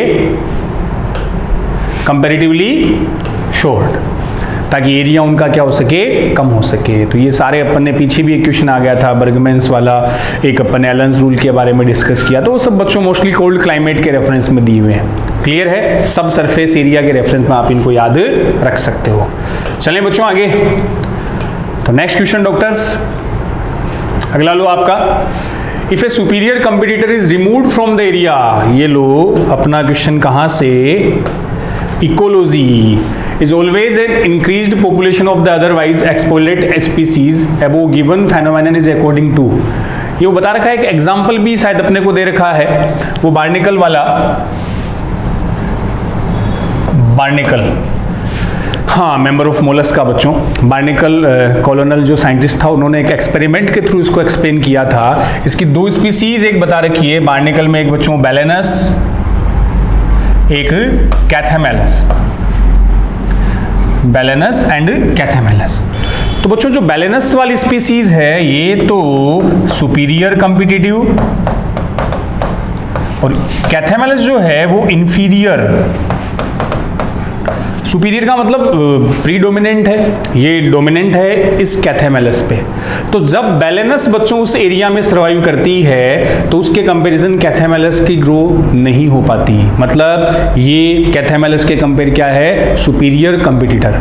तो जब ये रहेगा तो इसकी साइज इन द सेंस इसकी जो ग्रोथ रेट है वो इसके कंपैरेटिवली क्या रहेगी, कम। अब क्या किया, अगर बच्चों अपन उस स्पेसिफिक एरिया में से बैलेनस को हटा दें, रिलीज कर दें, इसको वहां से हटा दिया, अब इस कैथेमेलस वाली स्पीसीज को कंपटीशन नहीं मिलेगा। अब जो बैलेनस इसको ग्रो नहीं करने दे रही थी, इसके एब्सेंस में कैथेमेलस की जो स्पीसीज है वो इजीली वहां क्या करेगी, ग्रो करेगी और अपने नंबर को वहां इंक्रीज करेगी। तो कहने का मीन, हमने जो सुपीरियर बच्चों कंपटीटर था उसको वहां से हटाया, रिलीज कर दिया, बाहर निकाल दिया, तो दूसरी जो इंफीरियर स्पीसीज थी उसने ऑटोमेटिकली क्या शो की? ग्रोथ शो की। बस तो यही है कि इफ ए सुपीरियर कंपिटिटर, ये बैलेंस यहाँ क्या है? Superior competitor is removed from the area, उस एरिया से हमने इसको क्या कर दिया? हटा दिया। There is always an increased population of the otherwise exploited species, तो इसकी स्पीसीज की जो एरिया है, पॉपुलेशन है, वो बढ़ेगी। तो इसको आप किस में इंक्लूड कर सकते हो? Principle of competitive exclusion, principle of resource partitioning और प्रिंसिपल ऑफ कॉम्पिटिटिव रिलीज। तो ये बच्चों कॉम्पिटिटिव रिलीज का एग्जांपल हो गया, क्योंकि सुपीरियर कंपिटिटर की एब्सेंस में इंफीरियर ने उस एरिया में अपनी क्या की? ग्रोथ की, पॉपुलेशन की साइज को बढ़ाया। तो अपना आंसर इसमें क्या जाएगा बच्चों? सी। एग्जैक्ट आंसर सी गया। चलें आगे, नेक्स्ट अगला क्वेश्चन। हाँ, ये मॉन्ट्रियल क्योटो प्रोटोकॉल के भी बच्चों हर साल आपको एक क्वेश्चन अपने इकोलॉजी से यहाँ से पूछ लिया जाता है। तो एक टेबल जैसी सर अपने इसके लिए बनाते हैं, तो अपने को ध्यान रखनी है। यहाँ सीधा सा आ गया, which treaty is related to the control of emission of ozone depleting substance. तो ओजोन डिप्लीटिंग सबस्टेंस को कम करने के लिए, कंट्रोल करने के लिए कौन सा प्रोटोकॉल? तो सीधा सा ही है मॉन्ट्रियल प्रोटोकॉल 1987 में, और जो इफेक्टिव हुआ था 1989 में। तो इसका आंसर गया फर्स्ट। और एक वो क्योटो प्रोटोकॉल, वो भी ध्यान रख लेना बच्चों, ग्रीन हाउस गैसेज इफेक्ट के लिए, उनके लिए क्योटो प्रोटोकॉल है वो 1995, जबकि मॉन्ट्रियल प्रोटोकॉल 1987, और इफेक्ट कब हुआ? 1989 से इफेक्टिव हुई, ओजोन डिप्लीटिंग सबस्टेंस को कम कंट्रोल करने के रेफरेंस में। क्लियर? नेक्स्ट अगले क्वेश्चन पे चलते हैं। Eutrophication is often seen in. तो यूट्रोफिकेशन का मीन बच्चों वही फ्रेश वाटर लाइक पॉन्ड, तालाब वगैरह जो होते हैं उनमें बच्चों, अब जब सक्सेशन से कनेक्ट अपन कर ले तो सीधा से बोले तो यूट्रोफिकेशन का मीन हो गया कि fresh water body, fresh water lake, pond जो भी होते हैं एनरिच्ड विद न्यूट्रिशन, जब इनकी न्यूट्रिएंट वैल्यू बढ़ जाए या पूरी तरह से न्यूट्रिएंट एनरिच्ड हो जाए, उसके लिए बच्चों एक वर्ड करते हैं अपन यूट्रोफिकेशन। तो सीधा सा आप बता सकते हो यूट्रोफिकेशन जो कनेक्ट होता है किसके रेफरेंस में? फ्रेश वाटर बॉडीज के रेफरेंस में, वो चाहे लेक हो चाहे पॉन्ड हो। क्लियर? चलें नेक्स्ट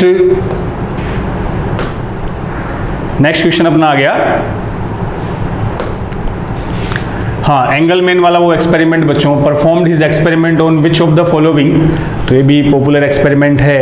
एंगलमैन ने वही जो वाइट लाइट है इसे प्रिज्म से पास किया, देन जो स्पेक्ट्रम आया, अब उसमें चेक किया कि बच्चों ये जो फोटोसिंथेसिस है इन जनरल वो किसमें? ब्लू और रेड लाइट एरियाज में जो बैक्टीरिया थे, बैक्टीरिया की जो पॉपुलेशन कॉलोनी थी वो ब्लू और रेड लाइट एरिया में एक्यूमुलेट हो गई, वहां इकट्ठी हो गई ऐसे बोल सकते हो, क्योंकि इस ब्लू रेड वाले एरिया में जो फोटोसिंथेसिस है बाकी लाइट के कंपेयर ज्यादा। तो ये एक्सपेरिमेंट जिस पे था वो ग्रीन एल्गी थी बच्चों, कौन सी? क्लेडोफोरा। तो क्लेडोफोरा पे एक्सपेरिमेंट एंगलमैन का, जिसमें व्हाइट लाइट को प्रिज्म से पास किया तो जो स्पेक्ट्रम बना उसमें चेक किया कि बैक्टीरिया जनरली कहाँ इकट्ठे एक्यूमुलेट हुए? ब्लू और रेड लाइट में, जो फोटोसिंथेसिस के लिए सबसे सूटेबल मानी जाती है। क्लियर? चलें अगला क्वेश्चन बच्चों, नेक्स्ट क्वेश्चन।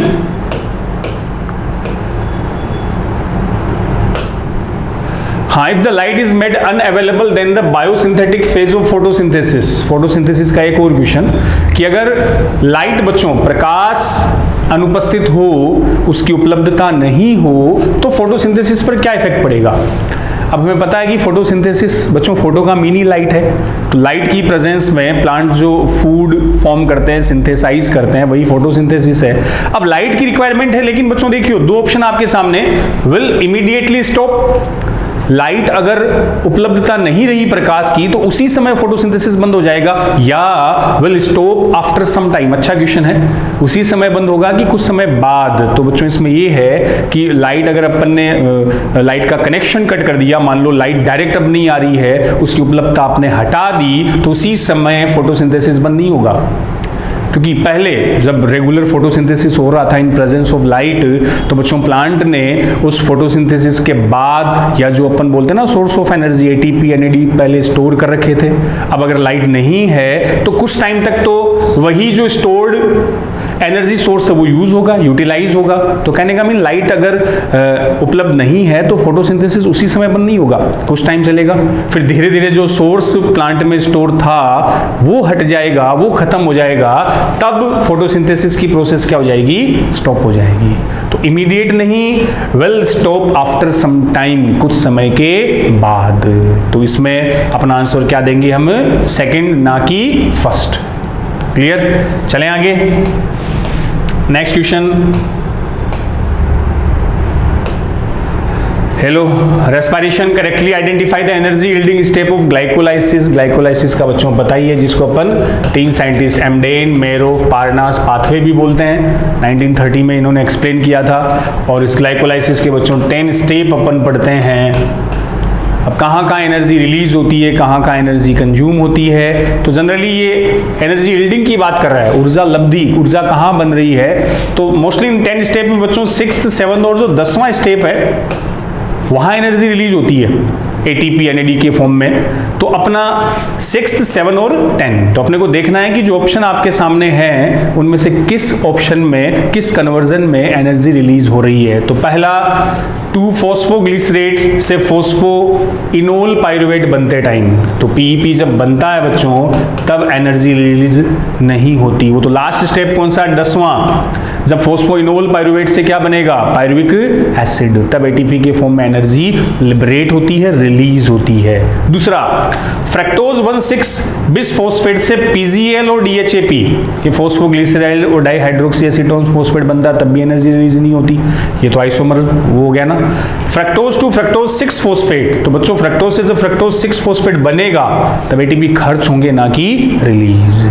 लास्ट आपके पास आ गया फोस्फोइनोल पायरुविक एसिड से क्या बना, पायरुविक एसिड। ये जो लास्ट स्टेप होता है 10th स्टेप, यही बच्चों एटीपी के फॉर्म में एनर्जी मुक्त होती है, रिलीज होती है। क्लियर?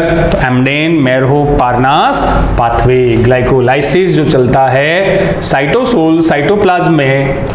और बच्चों ग्लाइकोलाइसिस में कितने ऑक्सीजन काम आते हैं, 0 ऑक्सीजन तो काम ही नहीं आता ना। कितने CO2 मॉलिक्यूल रिलीज होते हैं, 0, ना O2 काम आएगा ना CO2 रिलीज होगा। ध्यान है ना ये चीज। चलो, select the correct statement about cellular respiration. फिर सेलुलर रेस्पिरेशन से रिलेटेड क्वेश्चन, वही रेस्पिरेशन जिसमें आप क्या बोलते हो, glucose.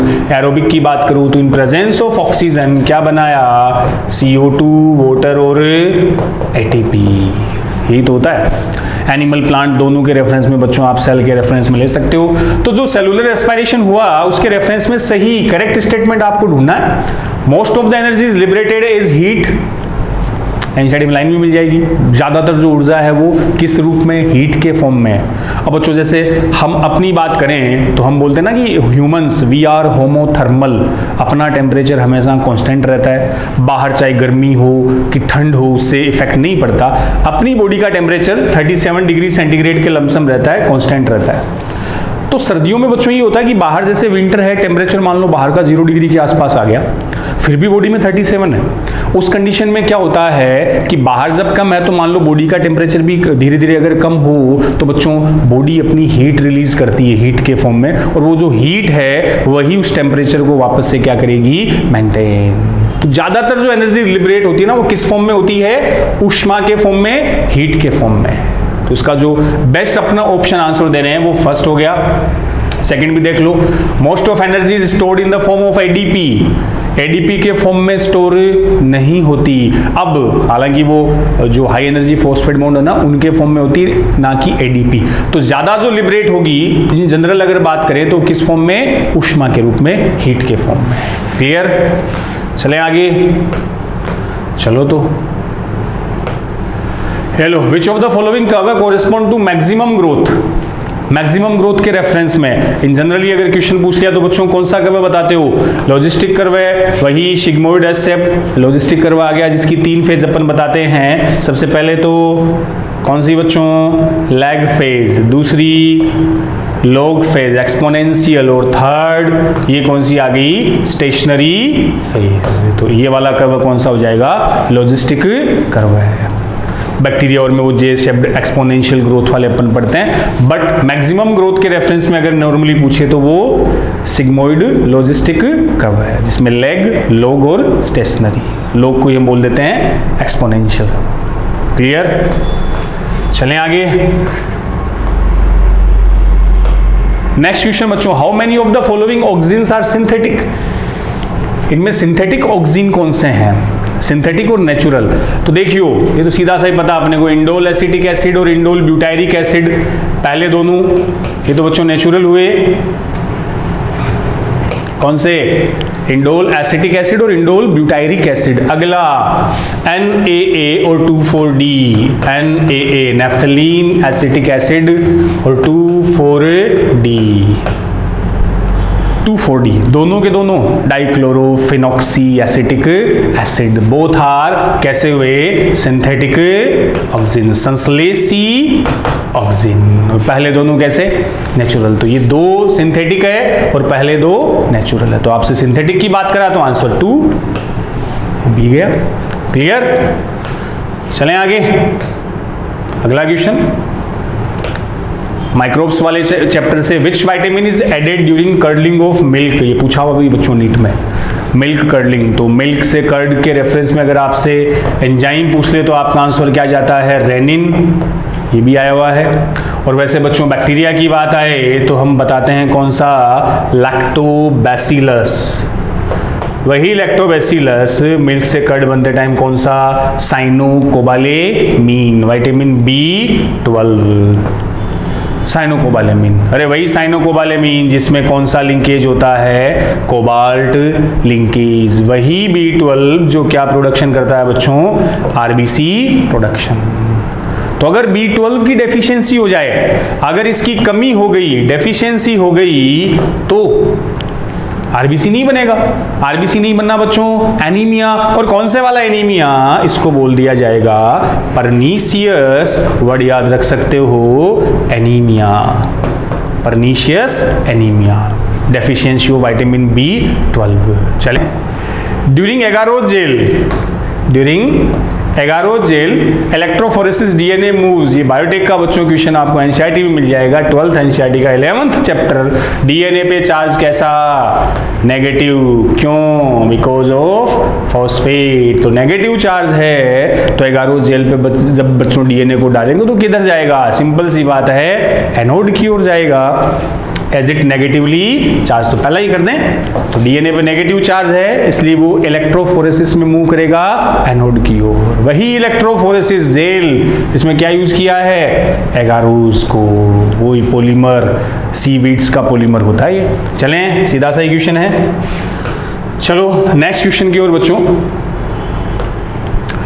A syndrome is characterised bye, ये लो जेनेटिक्स का क्वेश्चन आ गया, और ये भी आपको एनसीईआरटी में मिल जाएगा। सिंड्रोम जेनेटिक्स के लास्ट में आपको बता रखे हैं, डाउन सिंड्रोम दे रखा है, क्लाइनफेल्टर दे रखा है, टर्नर सिंड्रोम बच्चों दे रखा है, क्रोमोसोमल डिसऑर्डर के बारे में। देखो क्या पूछ रहा है, a syndrome is characterised by furrow tongue, tongue furrow, lining tongue के बीच में, कैरेक्टरिस्टिक्स पाम क्रीज। ये लो पाम क्रीज आते ही दिमाग में आ गया डाउन सिंड्रोम। पाम क्रीज, ऐसे बच्चों पाम में क्रीज एक लाइन होती है हथेली में, पाम क्रीज उसको बोलते हैं।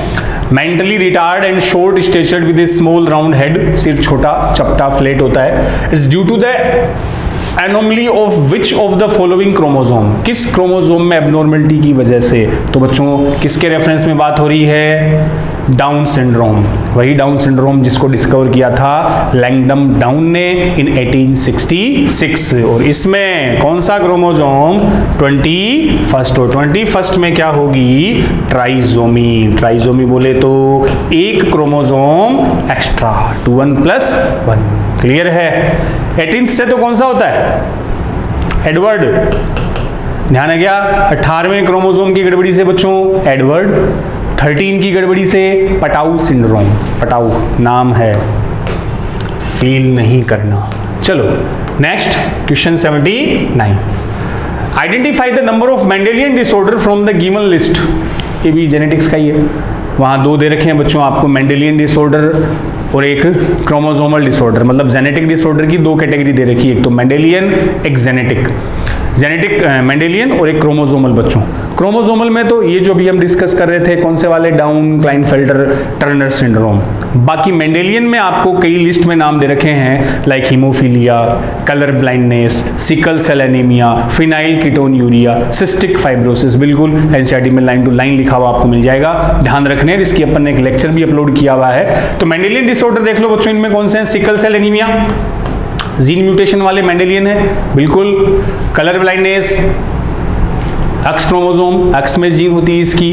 थैलेसेमिया, 11वें और 16वें क्रोमोसोम पे इसकी जीन प्रेजेंट है। फिनाइल कीटोन्यूरिया, 12वें क्रोमोसोम पे इसकी जीन होती है। सिस्टिक फाइब्रोसिस की जीन बच्चों 7वें क्रोमोसोम पे, और हीमोफीलिया की भी एक्स पे। तो ये सारे जो डिसऑर्डर दे रखे हैं सारे के सारे मेंडेलियन होते हैं। अगर मैं बात करूं टर्नर सिंड्रोम की, क्लाइनफेल्टर की, डाउन सिंड्रोम की, तो बच्चों ये क्या होते हैं, क्रोमोसोमल डिसऑर्डर, गुणसूत्रीय विकार। जबकि ये सारे के सारे मेंडेलियन रूल को फॉलो करने वाले मेंडेलियन डिसऑर्डर। तो काउंट कर लो, 1 2 3 4 5 6, 6 के 6 कौन से हुए, मेंडेलियन डिसऑर्डर। क्लियर है? चलें आगे। अगला question, select the correct statement. सही कथन ढूंढना है। टाइटली लिंक्ड जीन, लो फिर जेनेटिक्स का क्वेश्चन है। Tightly linked gene on the same chromosome show higher recombination. बच्चों रिकॉम्बिनेशन और क्रॉसिंग लिंकेज दोनों बताना अपने को टर्म। अब टाइटली लिंक्ड नाम ही दे दिया, तो अगर क्रोमोसोम पे बच्चों जीन अपने को पता है किस पे प्रेजेंट होते हैं, क्रोमोसोम पे। अब बच्चों अगर जीन क्रोमोसोम पर पास पास उपस्थित है तो उन जीन को हम क्या बोल देंगे, लिंक्ड जीन, सहलग्न जीन। सह का मतलब साथ। तो जीन जितने क्रोमोसोम के पास होंगे लिंक्ड जीन, उतना ही उनका साथ रहना ज्यादा होगा, वही लिंकेज होती है बच्चों। तो जीन क्रोमोसोम पे जितने पास होंगे अगली जनरेशन में वो साथ साथ जाएंगे, इसी प्रोसेस को लिंकेज बोला था। जबकि क्रॉसिंग ओवर, रिकॉम्बिनेशन में क्या होता है, जीन के बीच बच्चों डिस्टेंस होगी तो सेपरेटली अलग अलग जाएंगे, दैट्स कॉल्ड रिकॉम्बिनेशन। तो जो नया कैरेक्टर है ना, जो वेरिएशन है, वो किसकी वजह से आती है, रिकॉम्बिनेशन।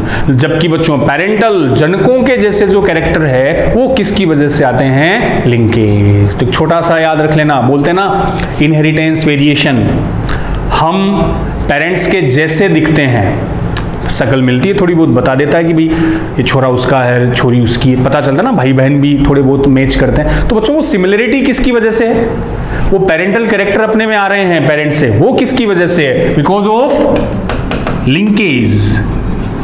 जो जीन साथ साथ रहते हैं वो पेरेंट्स से भी अपने में साथ साथ आ गए, तो उनके कैरेक्टर वैसे ही रहे।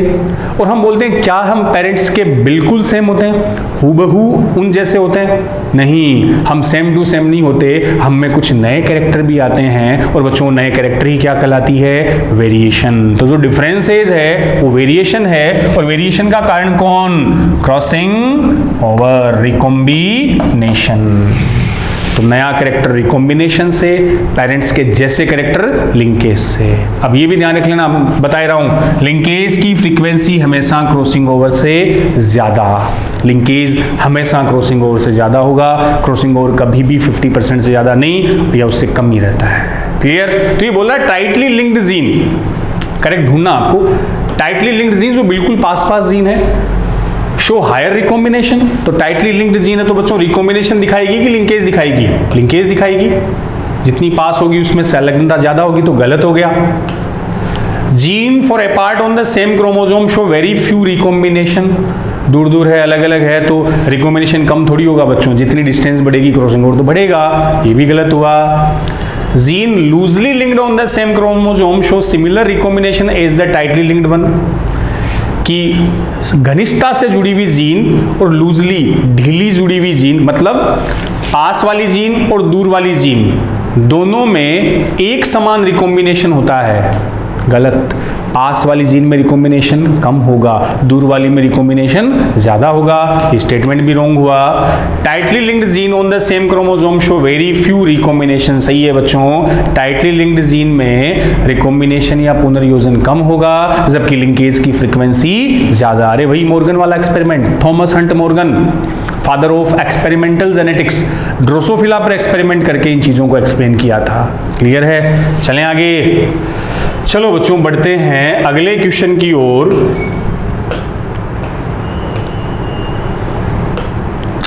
Which set of cells in our body exhibit amoeboid movement? अपने शरीर की कौन सी कोशिकाएं बच्चों अमीबीय गति दर्शाती है?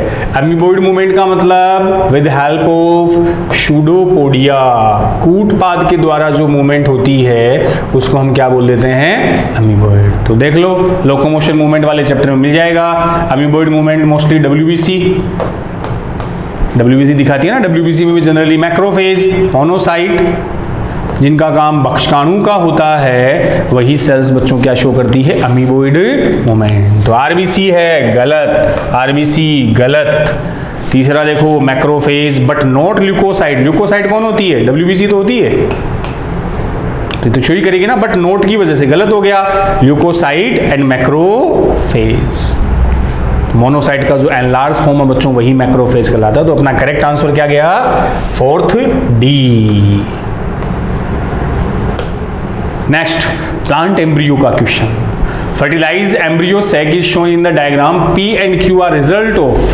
पी एंड क्यू, पी बच्चों ये रहा, ये पी है, ये वाला क्यू है।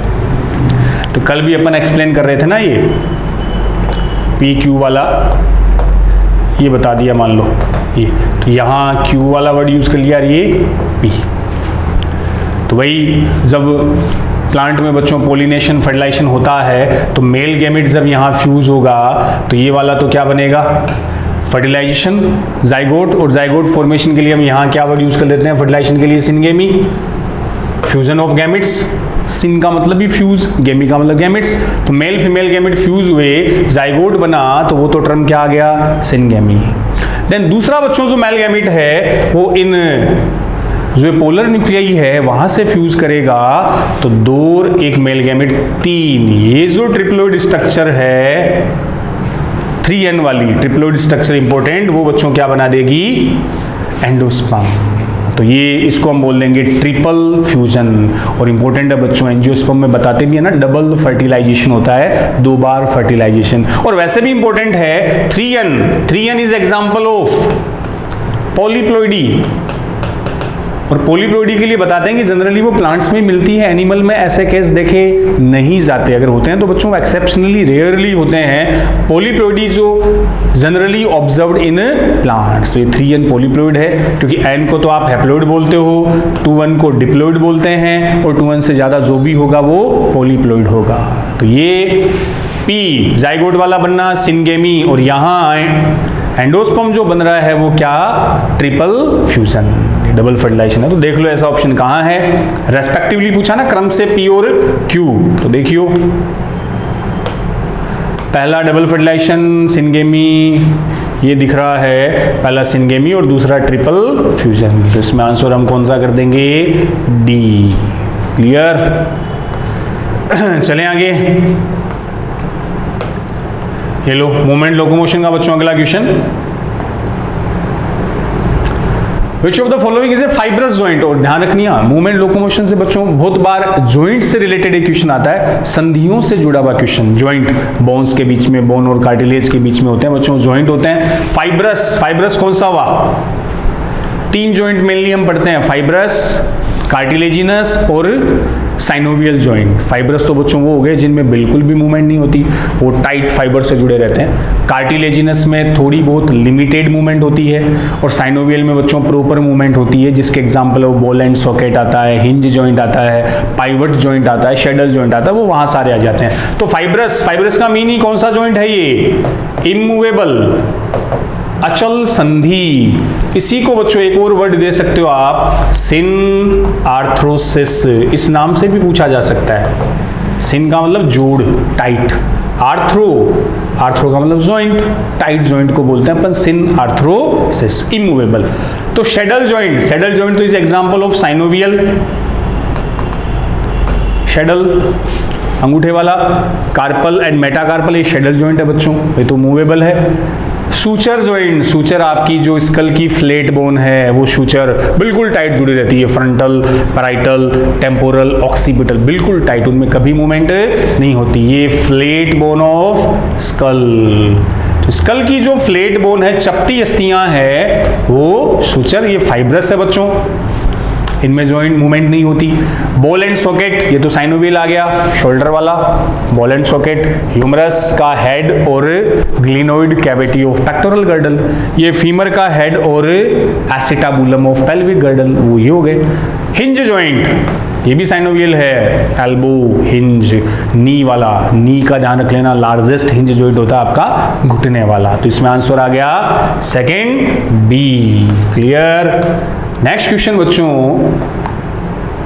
84 number, which of the following plant can be propagated by leaf and bulbils respectively. Leaf bulbil बच्चों, ये जो वेजिटेटिव रिप्रोडक्शन की मेथड आती है या वेजिटेटिव रिप्रोडक्शन जिन स्ट्रक्चर के थ्रू होता है, जो स्ट्रक्चर इसमें पार्टिसिपेट करती है उनको बोल देते हैं वेजिटेटिव प्रोपेग्यूल्स। वो अलग अलग है बच्चों प्लांट का, या इनका कौन सा पार्ट उसमें यूज होता है। वेजिटेटिव प्रोपेग्यूल्स में वो राइजोम हो सकता है, इसमें वो आइज हो सकती है जिसको अपन बड बोलते हैं, पोटैटो आलू में वो बच्चों बुलबिल्स हो सकते हैं।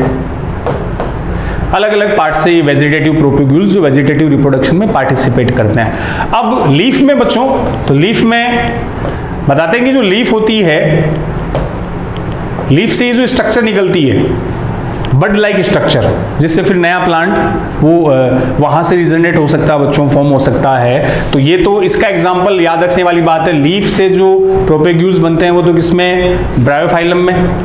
और दूसरा बुलबिल्स हो गए जो फाइनली सेपरेट हो गए, ये भी बड लाइक स्ट्रक्चर है जो न्यू प्लांट को फॉर्म कर देगी। इस बुलबिल्स का एग्जाम्पल आता है एगेव, जिसको अपन सेंचुरी प्लांट भी बोलते हैं क्योंकि इसमें फ्लोवरिंग 100 साल के बाद होती है। क्लियर। तो ब्रायोफाइलम एंड एगेव। अगला क्वेश्चन बच्चों 85 number, identify the gland in which two lobes are interconnected with thin flap of connective tissue. उस ग्रंथि की पहचान करो जिसकी दोनों पालियां संयोजी तक एक पतली संरचना द्वारा जुड़ी रहती है। बोलो, दो लोब तो वैसे पिट्यूटरी ग्लैंड में भी होती है, लेकिन बच्चों वैसे वो कनेक्टिव टिश्यू से कनेक्ट नहीं होती। ध्यान करो, हाँ, आपके गले में लार्जेस्ट एंडोक्राइन कौन सी होती है, थायराइड ग्लैंड। थायराइड ग्लैंड में बच्चों दो लोब होती है, ये थायराइड की दो लोब है, और दोनों लोब को कनेक्ट करने के लिए बीच में कनेक्टिव टिश्यू की स्ट्रक्चर आती है जिसे हम बोलते हैं इस्थमस। ध्यान आया, कनेक्ट जोड़ने का काम है तो कनेक्टिव टिश्यू। इस्थमस ये खुद बच्चों नॉन ग्लैंडुलर होता है। नॉन ग्लैंडुलर का मीन हुआ इस्थमस से कोई हार्मोन रिलीज नहीं होता, अग्रंथिल होता है। हार्मोन तो इन थायराइड की लोब से रिलीज होता है, और थायराइड की लोब में एक वो धंसी भी कौन आ जाती है, पैराथायरॉइड ग्लैंड। और इस्थमस जो बच्चों वर्ड है इसके अलावा भी कहीं और यूज होता है। सोचो, भेजे को दौड़ाओ तो आंसर एक दिमाग में आएगा, फैलोपियन ट्यूब। फैलोपियन ट्यूब के 3 पार्ट, इन्फंडिबुलम, एम्पुला, इस्थमस। ठीक, क्लियर। तो दो लोब जो thin flap of connective tissue से कनेक्ट होती है वो आपकी थायराइड ग्लैंड, वही थायराइड ग्लैंड जो बॉडी की लार्जेस्ट एंडोक्राइन ग्लैंड होती है। अगला question number 86, find the odd one about sickle cell anaemia. Sickle cell anaemia से कनेक्टेड बच्चों ओड वन विषम का चयन करो जो उससे कनेक्टेड नहीं हो। It is an example of point mutation. ये पॉइंट जीन म्यूटेशन का एग्जाम्पल है पॉइंट म्यूटेशन में तो आता ना। पॉइंट में अपन ने बोला था एक तो जीन म्यूटेशन बच्चों, एक क्रोमोसोमल छोटे लेवल पे होता है पॉइंट म्यूटेशन। इसमें भी 2 आए थे, एक तो सब्स्टिट्यूशन जिसमें नाइट्रोजनस बेस की जगह चेंज कर देते हो, प्रतिस्थापन। एक आता है फ्रेम शिफ्ट म्यूटेशन। सब्स्टिट्यूशन में भी 2 आते हैं बच्चों, ट्रांजिशन और ट्रांसवर्जन। ध्यान है, ट्रांजिशन प्यूरिन की जगह दूसरा प्यूरिन, और ट्रांसवर्जन में प्यूरिन की जगह पाइरिमिडीन। तो सिकल सेल में क्या होता है, GAG एडिनिन, एडिनिन की जगह कौन आ जाएगा? ZTZ, थाइमिन आ गया। हाँ, अब जब इससे, ये तो डीएनए है, डीएनए से बच्चों जब आरएनए बनेगा तो इसके सामने वाला तो CTC, CTC से बनाओगे तो फिर से GAG, जो ग्लूटामिक एसिड हो गया। इसके सामने वाला CAC, इससे जो आरएनए बनेगा वो GUG, जो वैलिन को रिप्रेजेंट करता है। तो एडिनिन की जगह कौन आया? थाइमिन आया डीएनए में। यहाँ एडिनिन की जगह यूरेसिल है, चेंज तो पहले ही हो गया ना।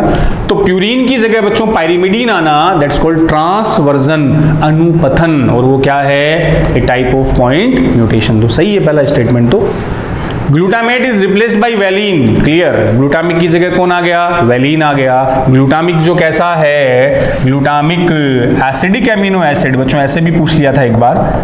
ग्लूटामिक एसिडिक होता है, जो टोटल 20 एमिनो एसिड होते हैं ना, इसमें ग्लूटामिक एस्पार्टिक तो एसिडिक है, 3 बेसिक होते हैं, बाकी सारे न्यूट्रल होते हैं। तो ग्लूटामिक बदल रहा है वैलिन में। वैलिन कैसा है? न्यूट्रल है बच्चों, न्यूट्रल उदासीन एमिनो एसिड। तो ये लाइन ऐसे भी आ सकती है कि सिकल सेल में एसिडिक एमिनो एसिड कन्वर्ट हो रहा है किसमें? न्यूट्रल में। सही बात है, ग्लूटामेट कन्वर्ट इनटू वैलिन, सही है। तीसरा, change occur in single base pair in gene for globulin chain, बिल्कुल। हीमोग्लोबिन की जो ग्लोबुलिन प्रोटीन है उसकी बीटा चेन का 6th एमिनो एसिड ये चेंज होता है।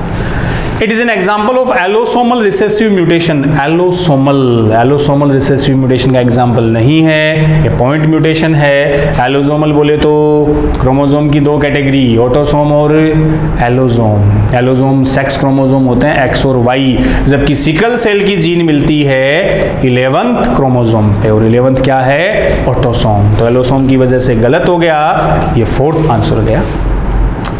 क्लियर है क्या रे? चलो फिर क्वेश्चन 87 एंडिंग पे आ गए हैं बच्चों। Zona glomerulosa is the region of which of the following gland, कहाँ नाम पढ़ा था ये? जोना ग्लोमेरुलोसा कहाँ पढ़ा था? हाँ, एड्रिनल। अरे कौन सी ग्लैंड? एड्रिनल ग्लैंड, जिसको हम 4S ग्लैंड भी बोलते हैं। क्यों बोलते हैं वो तो सोच लेना आप ही। अब एड्रिनल ग्लैंड की भी 2 पार्ट है। आउटर तो बच्चों कॉर्टेक्स हो गया, इनर पार्ट कौन सा हो गया? मेडुला। इनर मेडुला होता है, कॉर्टेक्स हमेशा आउटर है। इस कॉर्टेक्स के भी 3 पार्ट आते हैं, जिसे हम याद रख सकते हैं GFR के द्वारा। GFR, यहाँ ग्लोमेरुलर फिल्ट्रेशन रेट नहीं है, यहाँ GFR से आप पार्ट याद रख लो। सबसे आउटर जो होता है वो G से ग्लोमेरुलोसा, बीच वाला F से फैसिकुलेटा, और सबसे अंदर वाला बच्चों रेटिकुलेरिस। तो जोना ग्लोमेरुलोसा, जोना फैसिकुलेटा, जोना रेटिकुलेरिस, ये पार्ट है एड्रिनल ग्लैंड के भी। किस भाग के? कॉर्टेक्स के। तो पहला ही दिख रहा है आपको एड्रिनल ग्लैंड, तो आंसर गया ए। इनके हार्मोन भी ध्यान रख लेना। ग्लोमेरुलोसा से मिनरेलोकॉर्टिकोइड एल्डोस्टेरोन, फैसिकुलेटा से कॉर्टिसोल, और इससे सेक्स हार्मोन रिलीज होते हैं रेटिकुलेरिस से। क्लियर? चलते हैं क्वेश्चन नंबर 88 जेनेटिक्स से दिख रहा है हमें। In garden pea starch synthesize regulated by B and small B allele, capital B small B genotype produce. तो ये बच्चों एनसीईआरटी का पैरा ही है, वो स्टार्स ब्रांचिंग एंजाइम से कनेक्टेड है कि अपने पास 3 जीनोटाइप दे दिए, capital B, capital B, capital B, small B, small B, small B. Gene और एलील में बताइए आपको, ये पूरा एक जीन है कैपिटल बी स्मॉल बी, और कैपिटल बी स्मॉल बी ये उस जीन के 2 एलील हो गए, अल्टरनेट फॉर्म बोलते हैं ना जीन के। तो कैपिटल बी है तो बच्चों डोमिनेंट एलील है, स्मॉल बी है तो वो रिसेसिव एलील है। तो जैसा कि हम डोमिनेंस में पढ़ते भी हैं कि F1 जनरेशन में बच्चों जो कैपिटल टी स्मॉल टी आया, प्लांट हुआ tall, because capital T dominant allele, recessive पर क्या है? डोमिनेंट है, तो वही एक्सप्रेस होगा, दैट्स कॉल्ड डोमिनेंस। यहां देखियो, जब कैपिटल बी दोनों एलील डोमिनेंट है, कैपिटल बी, तब बच्चों जो स्टार्च ग्रेन है, स्टार्च के जो कण है उनकी साइज लार्ज होती है। स्टार्च के ग्रेन है ब्रांचिंग एंजाइम से, वो स्टार्च ग्रेन की साइज लार्ज होगी क्योंकि दोनों यहाँ एलील डोमिनेंट है, उसको सिंथेसाइज करेंगे। और जो बीज है, बीज की जो शेप है वो इन्हीं स्टार्च ग्रेन की साइज पे बच्चों डिपेंड करती है। तो अगर स्टार्च ग्रेन की साइज लार्ज है तो यहाँ सीड होगा राउंड और लार्ज। मटर का बीज गोल होगा, बड़ा होगा। अब कैपिटल बी स्मॉल बी, या पहले इसको बता देते हैं, दोनों स्मॉल बी है बच्चों, दोनों एलील रिसेसिव है, तो स्टार्च ग्रेन की जो साइज है वो क्या होगी, स्मॉल होगी, छोटे, क्योंकि दोनों यहाँ रिसेसिव एलील आ गया। तो जो सीड होगा वो गोल की बजाय कैसा बनेगा, रिंकल, झुर्रीदार, रिसेसिव फीचर। अब आओ बीच वाली कैटेगरी, तो डोमिनेंट है तो लार्ज राउंड हो गया, यहां वो रिंकल हो गया, झुर्रीदार हो गया। अब बच्चों capital B small B heterozygous condition, एक एलील डोमिनेंट दूसरा रिसेसिव, तो कंप्लीट डोमिनेंस तो ये बोलती है ना कि केवल एक्सप्रेस कौन होना चाहिए, डोमिनेंट होना चाहिए, रिसेसिव का कोई रोल नहीं। लेकिन यहां देखना कैपिटल बी स्मॉल बी के टाइम जो स्टार्च ग्रेन की साइज है वो इसके बीच वाली साइज होती है, दोनों के बीच वाली साइज के, तो स्टार्च ग्रेन की साइज यहां इंटरमीडिएट होगी, मध्यवर्ती होती है। तो दोनों के बीच का कैरेक्टर आ रहा है, तो बच्चों कौन सी डोमिनेंस बता सकते हो, it's important example of incomplete dominance, अपूर्ण प्रभावितता, जिसका एक और एग्जांपल आता है, हाँ, मिराबिलिस जालापा, स्नेप ड्रैगन वाला, वही रेड और व्हाइट फ्लावर, F1 में आगे थे पिंक फ्लावर। क्लियर, ये भी एक इसका इंपॉर्टेंट एग्जांपल है। तो दोनों के बीच का कैरेक्टर ये लो। तो क्या पूछ रहा है, in garden B capital B small B genotype क्या प्रोड्यूस करेगा, लार्ज साइज के राउंड सीड, सीड तो राउंड होंगे लेकिन साइज लार्ज नहीं होगी बच्चों, इंटरमीडिएट होगी ना, स्मॉल साइज, इंटरमीडिएट साइज के राउंड सीड, मध्यवर्ती आकार वाले गोल बीज। क्लियर, अच्छा एग्जांपल है एनसीईआरटी का, ध्यान रख लियो। चले नेक्स्ट क्वेश्चन पे, अगला क्वेश्चन आपके पास आ रहा है 89, सेकंड लास्ट क्वेश्चन बच्चों, क्या कर रहा है देखो 89, Which of the following tissue का क्वेश्चन आ गया, is possessed by a blue whale which lies beneath the skin and help during hibernation। Blue whale, elephant, हाथी, इन सब में बच्चों ये जो थिकनेस है, मोटापा है, ये किसकी वजह से, तो मोटापा वर्ड आते ही हम कौन सा टिश्यू बताते हैं, एडिपोज, जहां क्या डिपॉजिट होती है, फैट। वैसे बच्चों ब्लू व्हेल में उस एडिपोज टिश्यू के लिए वर्ड यूज करते हैं अपन ब्लबर, तिमी वसा, जो फैट की मोटी लेयर होती है ना, फैट की सबसे थिकेस्ट लेयर होती है ब्लू व्हेल में है, ब्लू व्हेल बैलेनोप्टेरा। बी से बताता हूं मैं आपको, बी से ब्लू व्हेल, बी से ब्लबर, बी से इसका साइंटिफिक नेम क्या आ गया, बैलेनोप्टेरा। बी से अर्थ पे सबसे क्या है, biggest animal on earth. B से इसके टिथ लाइक स्ट्रक्चर को बच्चों क्या बोल देंगे, बैलीन। ये सारे जो टर्म है वो ब्लू व्हेल से कनेक्टेड है। ब्लू व्हेल, इसमें फैट का लेयर ब्लबर, बैलेनोप्टेरा, बिगेस्ट और बैलीन। वो टिश्यू कौन सा है, फैट डिपॉजिट टिश्यू को हम बोलते हैं एडिपोज कनेक्टिव टिश्यू। वैसे वो टाइप बच्चों इसी का, एरियोलर का ही टाइप होता है, एरियोलर का ही मॉडिफाइड होता है, बस उसमें कौन सी सेल आ जाती है, एडिपोसाइट, जो फैट को क्या करती है, डिपॉजिट, अपने में भी स्किन के नीचे होता है, वही एडिपोज। क्लियर है, चलें आगे। चलो फिर देर किस बात की, ये आपका लास्ट क्वेश्चन सेल बायोलॉजी से। Select the incorrect statement about the nucleolus. Nucleolus के रेफरेंस में गलत कथन, न्यूक्लियस के अंदर बच्चों जो न्यूक्लियोलस होता है उसके बारे में इनकरेक्ट स्टेटमेंट ढूंढो। It is membrane less cell organelle, सही है, झिल्ली रहित होता है, इसमें मेम्ब्रेन नहीं होती। It is active site for mRNA synthesis, ये एमआरएनए सिंथेसिस की एक्टिव साइट, एमआरएनए बनता गया इसमें। अब देख लो न्यूक्लियोलस बच्चों, हम मूल बायो में भी बताते हैं, न्यूक्लियोलस में एक्टिव सिंथेसिस ऑफ कौन होगा, आरएनए, राइबोसोमल आरएनए की एक्टिव साइट है, वही जो राइबोसोम को फॉर्म करते हैं। तो न्यूक्लियोलस आरएनए, ना कि mRNA. These may be more than one in cells which are involved in active protein synthesis, सही बात है, प्रोटीन सिंथेसिस में इन्वॉल्व हो सकते हैं, क्योंकि आरएनए आगे क्या बना रहा है, राइबोसोम। राइबोसोम का रोल बच्चों किसमें, प्रोटीन सिंथेसाइज में। फाउंड इन न्यूक्लियस, ये न्यूक्लियस के अंदर ही बनता है। अरे वही न्यूक्लियोलस जिसे डिस्कवर करने वाला साइंटिस्ट कौन, फोंटाना, ये आ गया। ये अपने आज हमने बच्चों डिस्कस किया एनटीए का 65 नंबर का पेपर, जिसमें अपन ने कंप्लीट बायोलॉजी का सॉल्यूशन आप लोगों को करवाया। और बच्चों यही मेरा एफर्ट था कि लगभग हर आए हुए क्वेश्चन का कंसेप्ट अपने क्लियर हो। और नेक्स्ट बच्चों कोशिश, अब एनटीए में थोड़ा सा टाइम तो लगेगा क्योंकि मैं बता रहा था ना टेक्निकली इसमें थोड़े से ज़्यादा अपने को इश्यूज आते हैं, लेकिन फिर भी कोशिश करता हूं कि हर 2-4 दिन में बच्चों मैं आपको एनटीए का एक पेपर सोल्व करा दूं। पैरेलल में अपना जो नीट एआईपीएमटी के प्रीवियस ईयर एग्जाम के क्वेश्चन है वो भी चल रहे हैं, जो मैंने आपको 2014 तक करवा दिए हैं। अब नेक्स्ट बच्चों में 2013 का पेपर आप लोगों के लिए लेकर आ रहा हूं। अब साथ में एनटीए के जो अच्छे अच्छे पेपर होंगे ना, exam oriented, NEET oriented question वाले, वो भी मैं आप लोगों के लिए लेकर आऊंगा। तो यूं ही बने रहें मयंक सर और स्वाभिमान के साथ। मिलते हैं बच्चों अगले पेपर सॉल्यूशन में, तब तक के लिए मस्त रहें, पढ़ाई में व्यस्त रहें, स्वस्थ रहें। थैंक यू, जय हिंद।